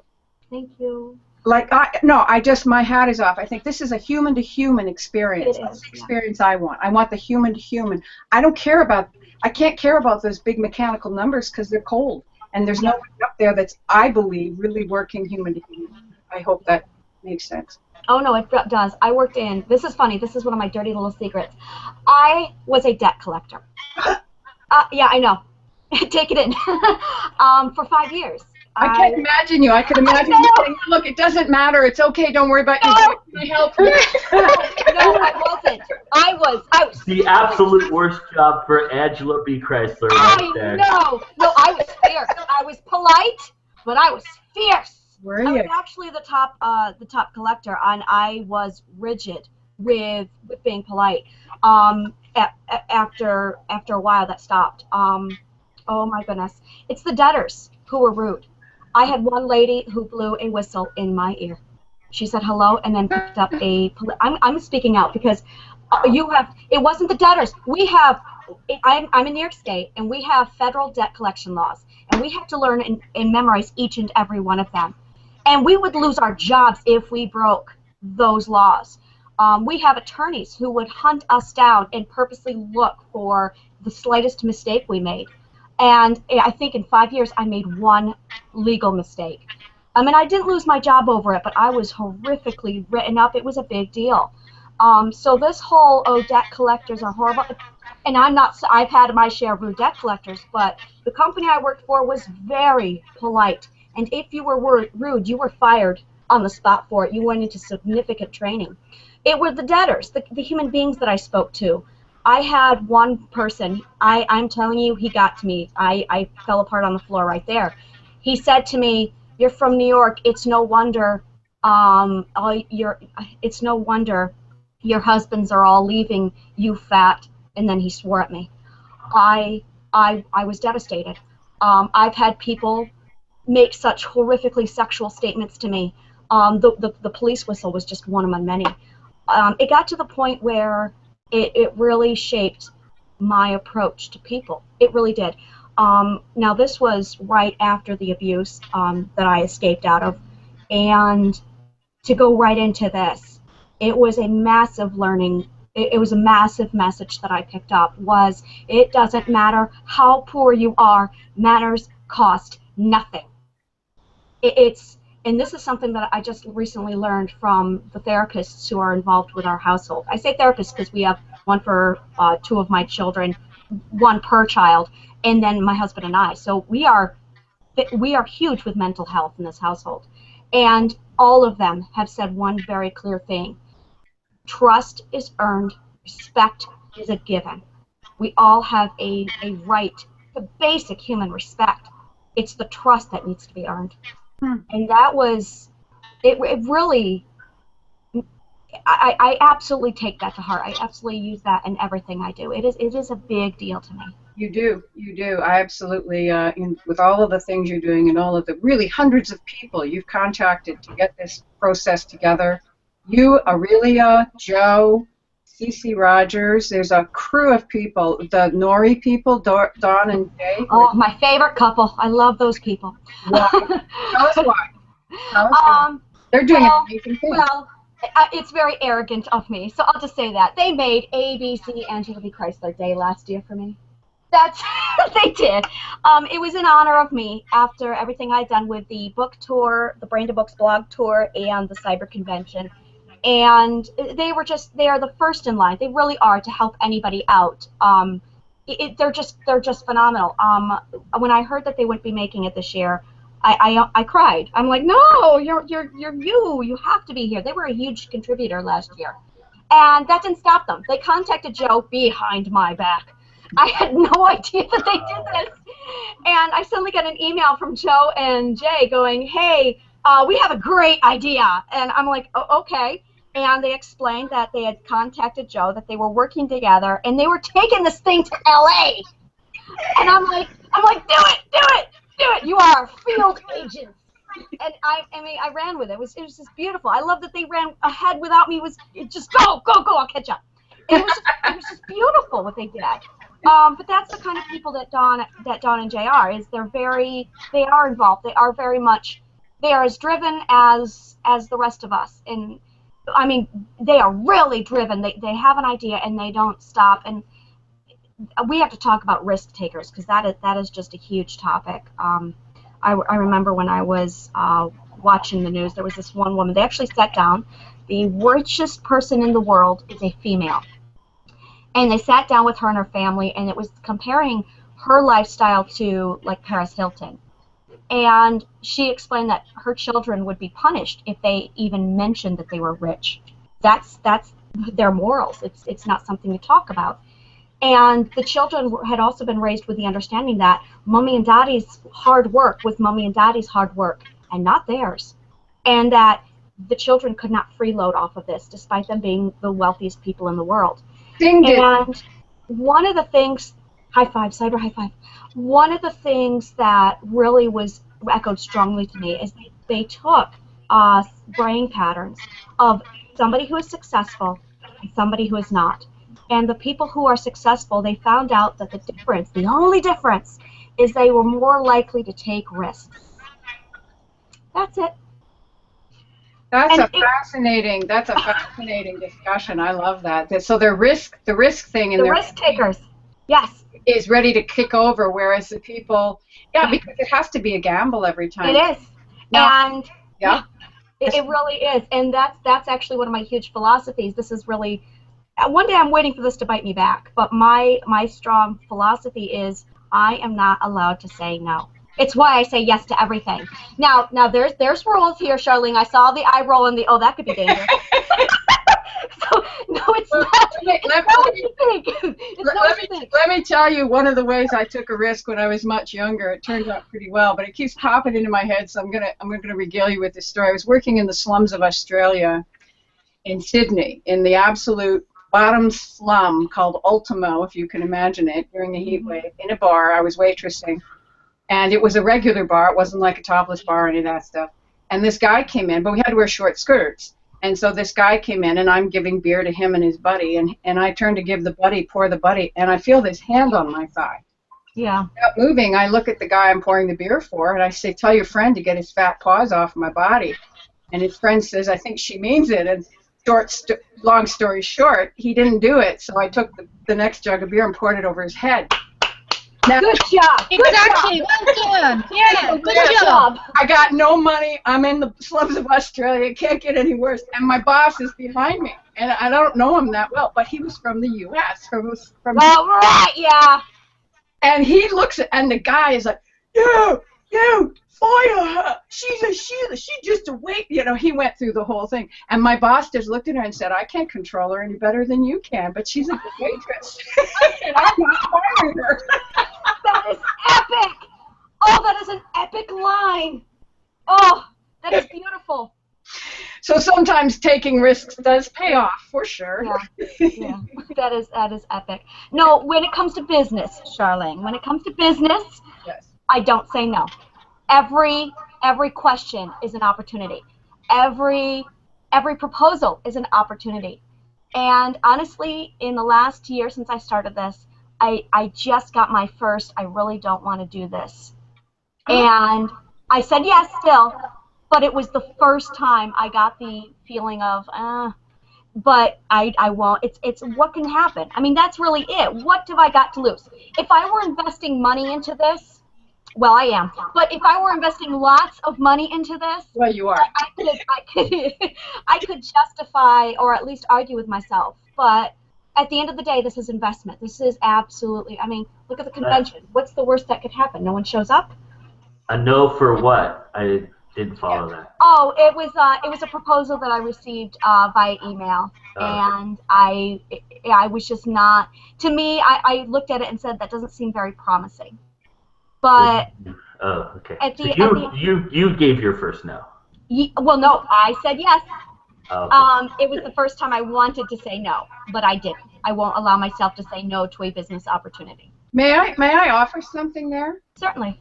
I don't mean to pretend that I know where you're coming from on the no, but my own experience is there's a couple of areas. If I say no, there may be another motivation. One may be that I'm already overextended. Yeah, I don't do that. And it's a good one to say no if you're overextended. And I just kind of have maybe you just the multi-armed goddess that I call you has run out of arms. I don't know. Maybe this house and the therapy and the animals and the garden and then the convention and organizing all of us, thousands of people. The other one is very powerful intuitive. I know that you're a very intuitive person, and sometimes our intuition says this is not actually what it appears. It's off. I'm not saying that's true in this case. I'm just offering to you how I run through my processors to try to say yes or no to something. I have to be lined up to all of them before I'll say yes. But then I'm older and I don't have as much energy. Yeah, that's a really well way of putting that. I don't say no to anything. Now I am not doing the Brain to Book Summer Blog Tour, but I kind of manipulated the wording in my head, so I'm not actually copping out of it. What I am doing instead is it's an annual Indie Pride Day. Yeah, that's it.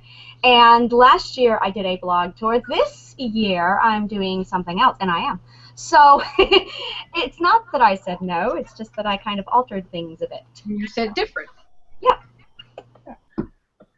Well, if I may jump in Yes. real quickly, I just want to reset everything for everybody who's jumping in. We're starting to get some viewership, so I want to make sure everybody's aware of what we're doing, and we are here getting ready. We're about ready to storm the gates and get this thing kicked open and fairgrounds running, and everybody's. I've been looking at the cover wars and the tournament and the character tournament, and everybody's in droves voting and doing an amazing job. The Fake Silver takeovers are beginning, and this thing is live and running. And I gotta say, just on a personal note, that I could not have come up with a better dais and been more fortunate to have 3 incredible women with me today, because all of you are doing. I mean, I know Charlene and Angela don't know Karina very well, but let me tell you, Karina is a powerhouse. She does a lot for our community, and she is amazing at what she does. And she's an artist. She does a lot of trailers. Wait till you see her. She's all over the book trailer hour that I have coming up later today, and wait till you see what she's done. She is a maestro, and obviously we're learning all about how great she writes. I mean, 10 books. I mean, she's just incredibly powerful in what she's doing. Oh, yes. And obviously everybody here is here because of Angela B. Chrysler and what she does, and and as we're discovering this morning, at least I am, because I don't know Charlene all that well, just from the few conversations we've had. Charlene is an amazing soul and doing some amazing things too. I mean, this is awesome. You ladies just ran with it, and I literally hadn't spoken for 27 minutes. I was able to do so much other stuff because you guys just met and took get together. Yeah, it's like old friends. You guys seem to have had these conversations a million times before, and it just seems fresher every time. And I can't wait for these to continue on throughout the day, because I think this is what I was hoping for, and I'm really thankful for you all to get up so early or later in the day and rearrange your schedule so you could be here, and that means a lot to me. So I'm really grateful that this is the way it all started. So thank you, ladies. Oh, you're welcome, Joe. It's so much fun. This is a first for me. Hopefully, won't be the last. I'm having so much fun. You see, this is what I'm talking about to all those who are watching right now who were afraid of being on video. I'm not going to say any names. I'm not going to tell any secrets. But this is what we're talking about. This is everybody just engaging and having fun, and there's no judgments here. There's no reason to look at anything other than what the substance is being presented, and I think that's the important thing that I want everybody to take away from this weekend, because it's also my first Google Hangout. There you go.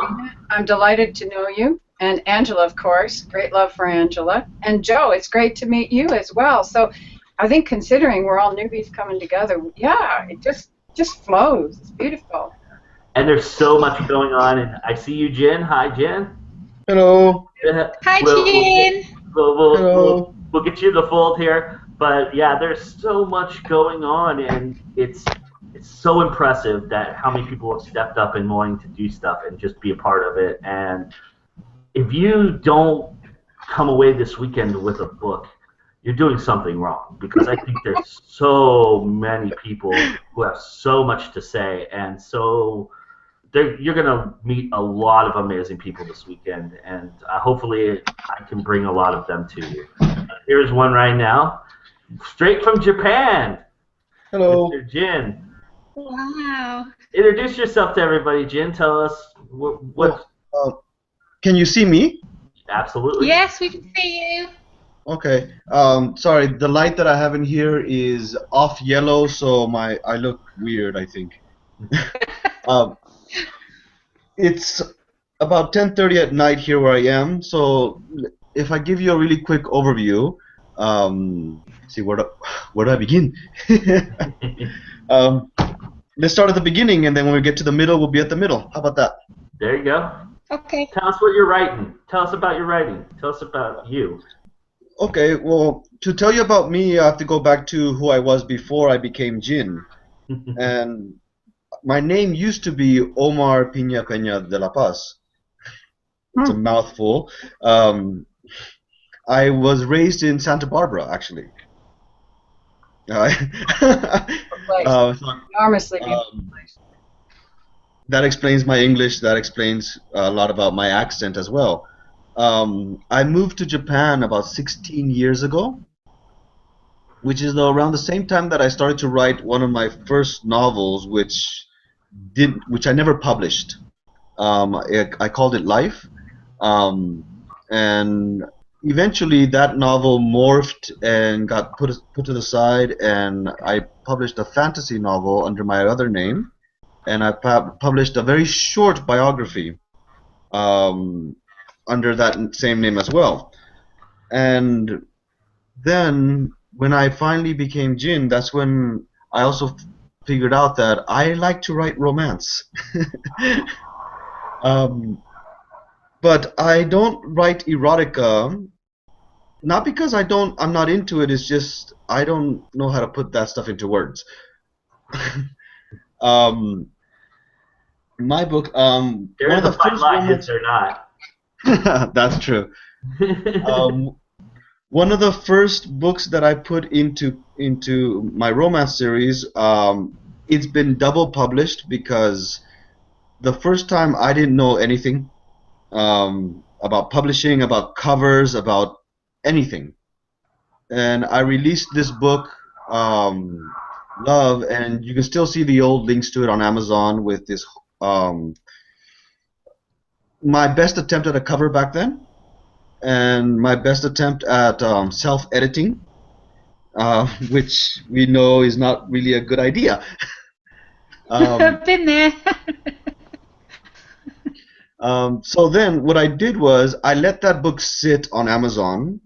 The whole time I sent it out, behind Amazon's back. I sent it out to get it deeply edited Um, and I got a lot of feedback from it, and I formed my own reading group here in Japan with non-English speakers going through my romance novel, and they showed me what was so difficult for them to understand.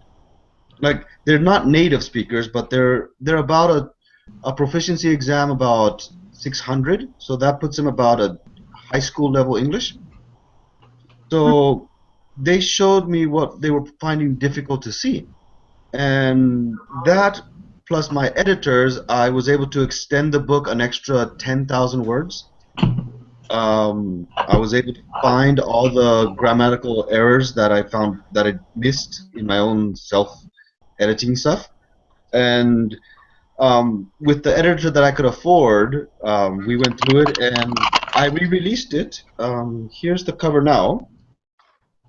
I don't know if you can see it. Hello. Hi. Hello. Ah, hello. I have a face. So who are we speaking to? I see we have new people. Soul. The world has opened up, and here she is, everybody. Angela B. Chrysler in the house. Nice to see you, Angela. Hi. We were just learning about Jin. Jin was telling us all about himself. He's out there in Japan, so. Yes, you are. I know exactly who you are. Hi. She knows who I am. I do. I got emails from you. You just got the greatest stamp of approval anybody could possibly get on this planet. It's the first time someone's recognized me. Yeah. Oh, so I cannot tell you how thrilled we are to have someone from Japan. It is truly a great honor. Thank you so much for representing your country. Well, You too, Greece and Canada.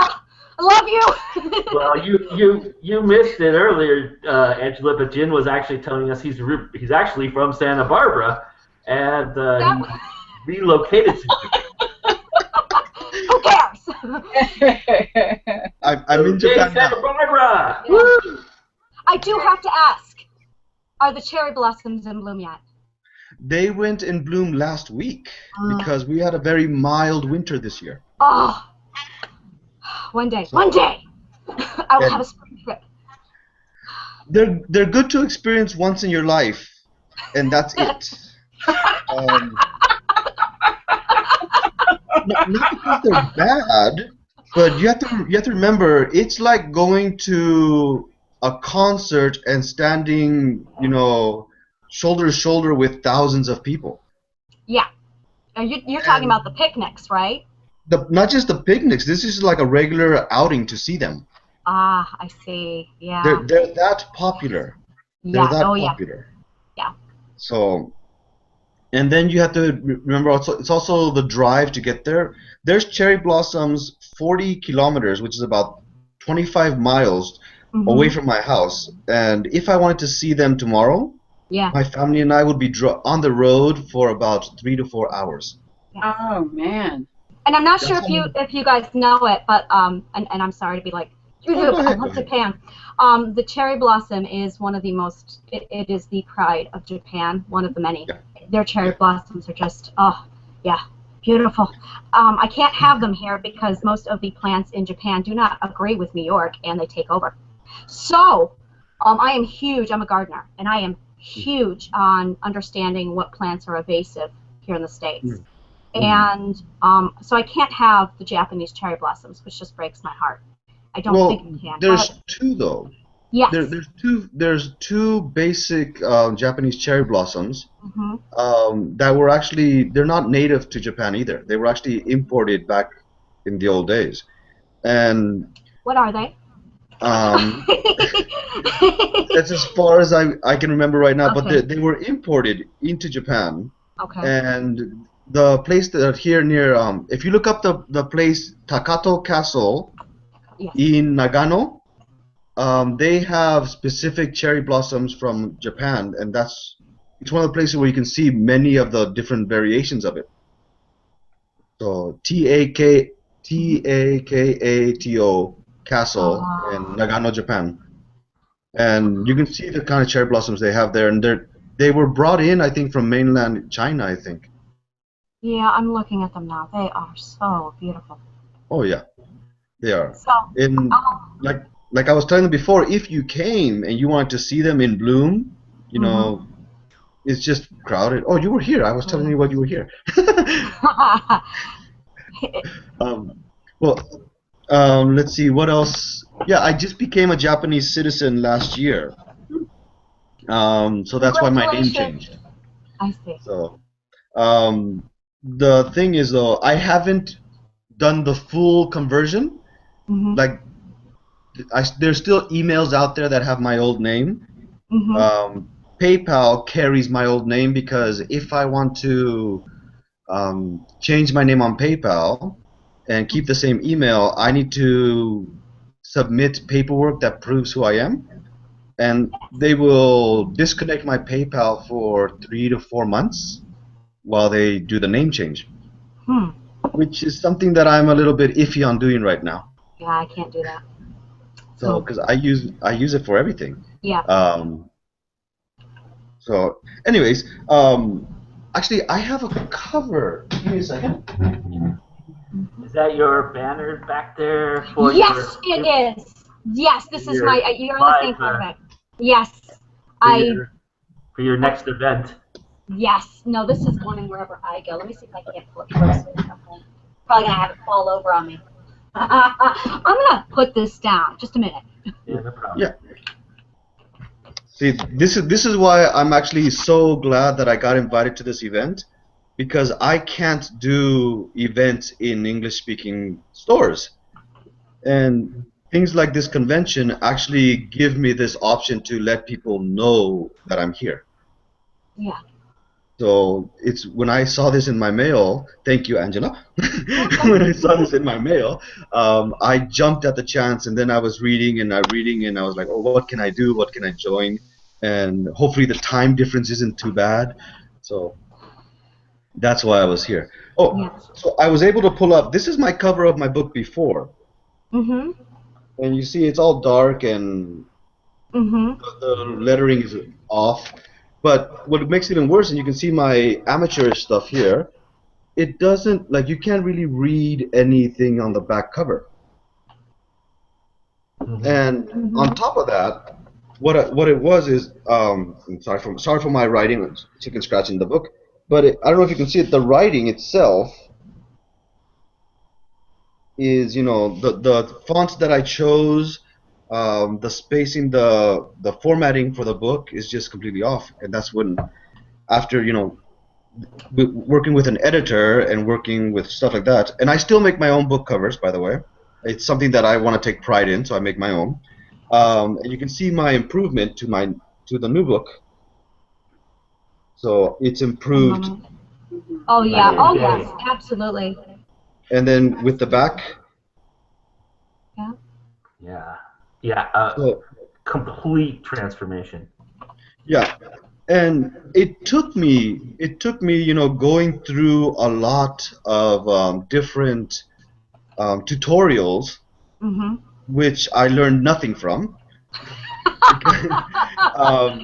And it wasn't until I actually picked up, there was a book that I picked up about perception and artistic stuff, a Japanese book, and I didn't buy it because you know, artistic books are like math books in the States.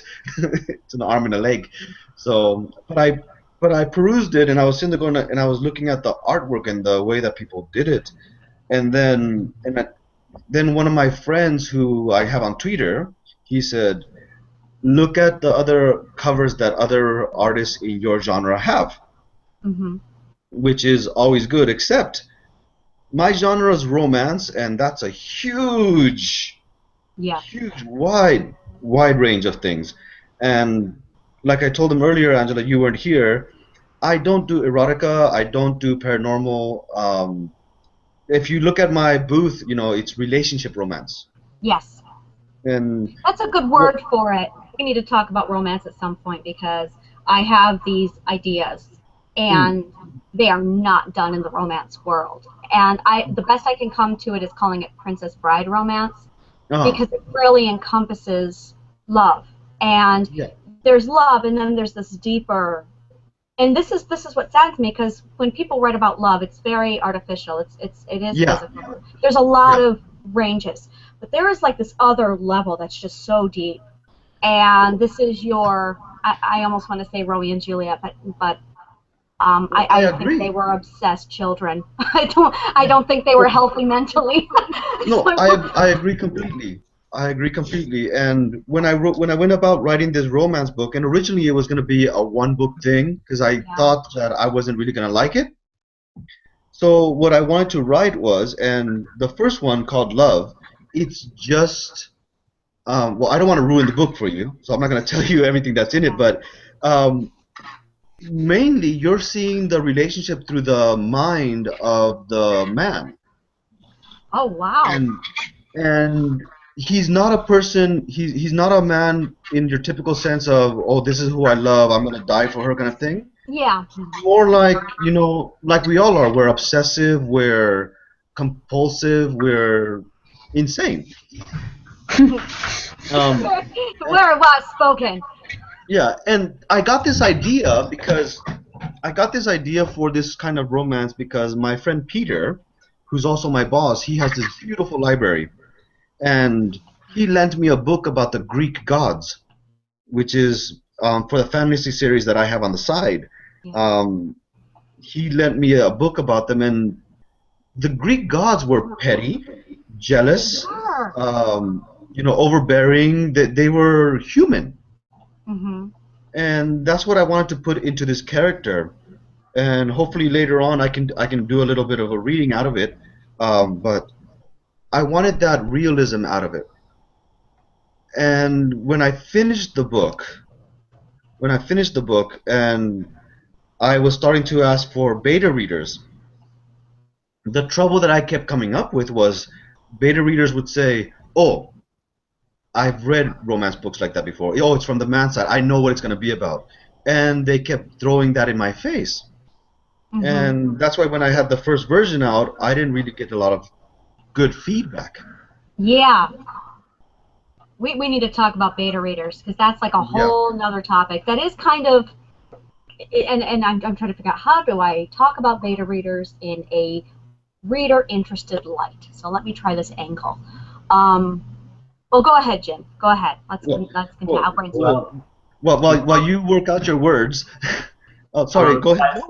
Before we get into that, Angela, we're going to. Actually, we are, aren't we? I have to close everybody out here because I'm going to open up Angela's new conversation to do her opening. So okay. We can continue this on the other side of that. Yes. But, and I'll send the link to everybody to get back in, and then we'll go from there. But I'm going to close this out right now, and then we're going to go to opening ceremonies. Okay, guys? Okay, see you later. See you soon. Everybody.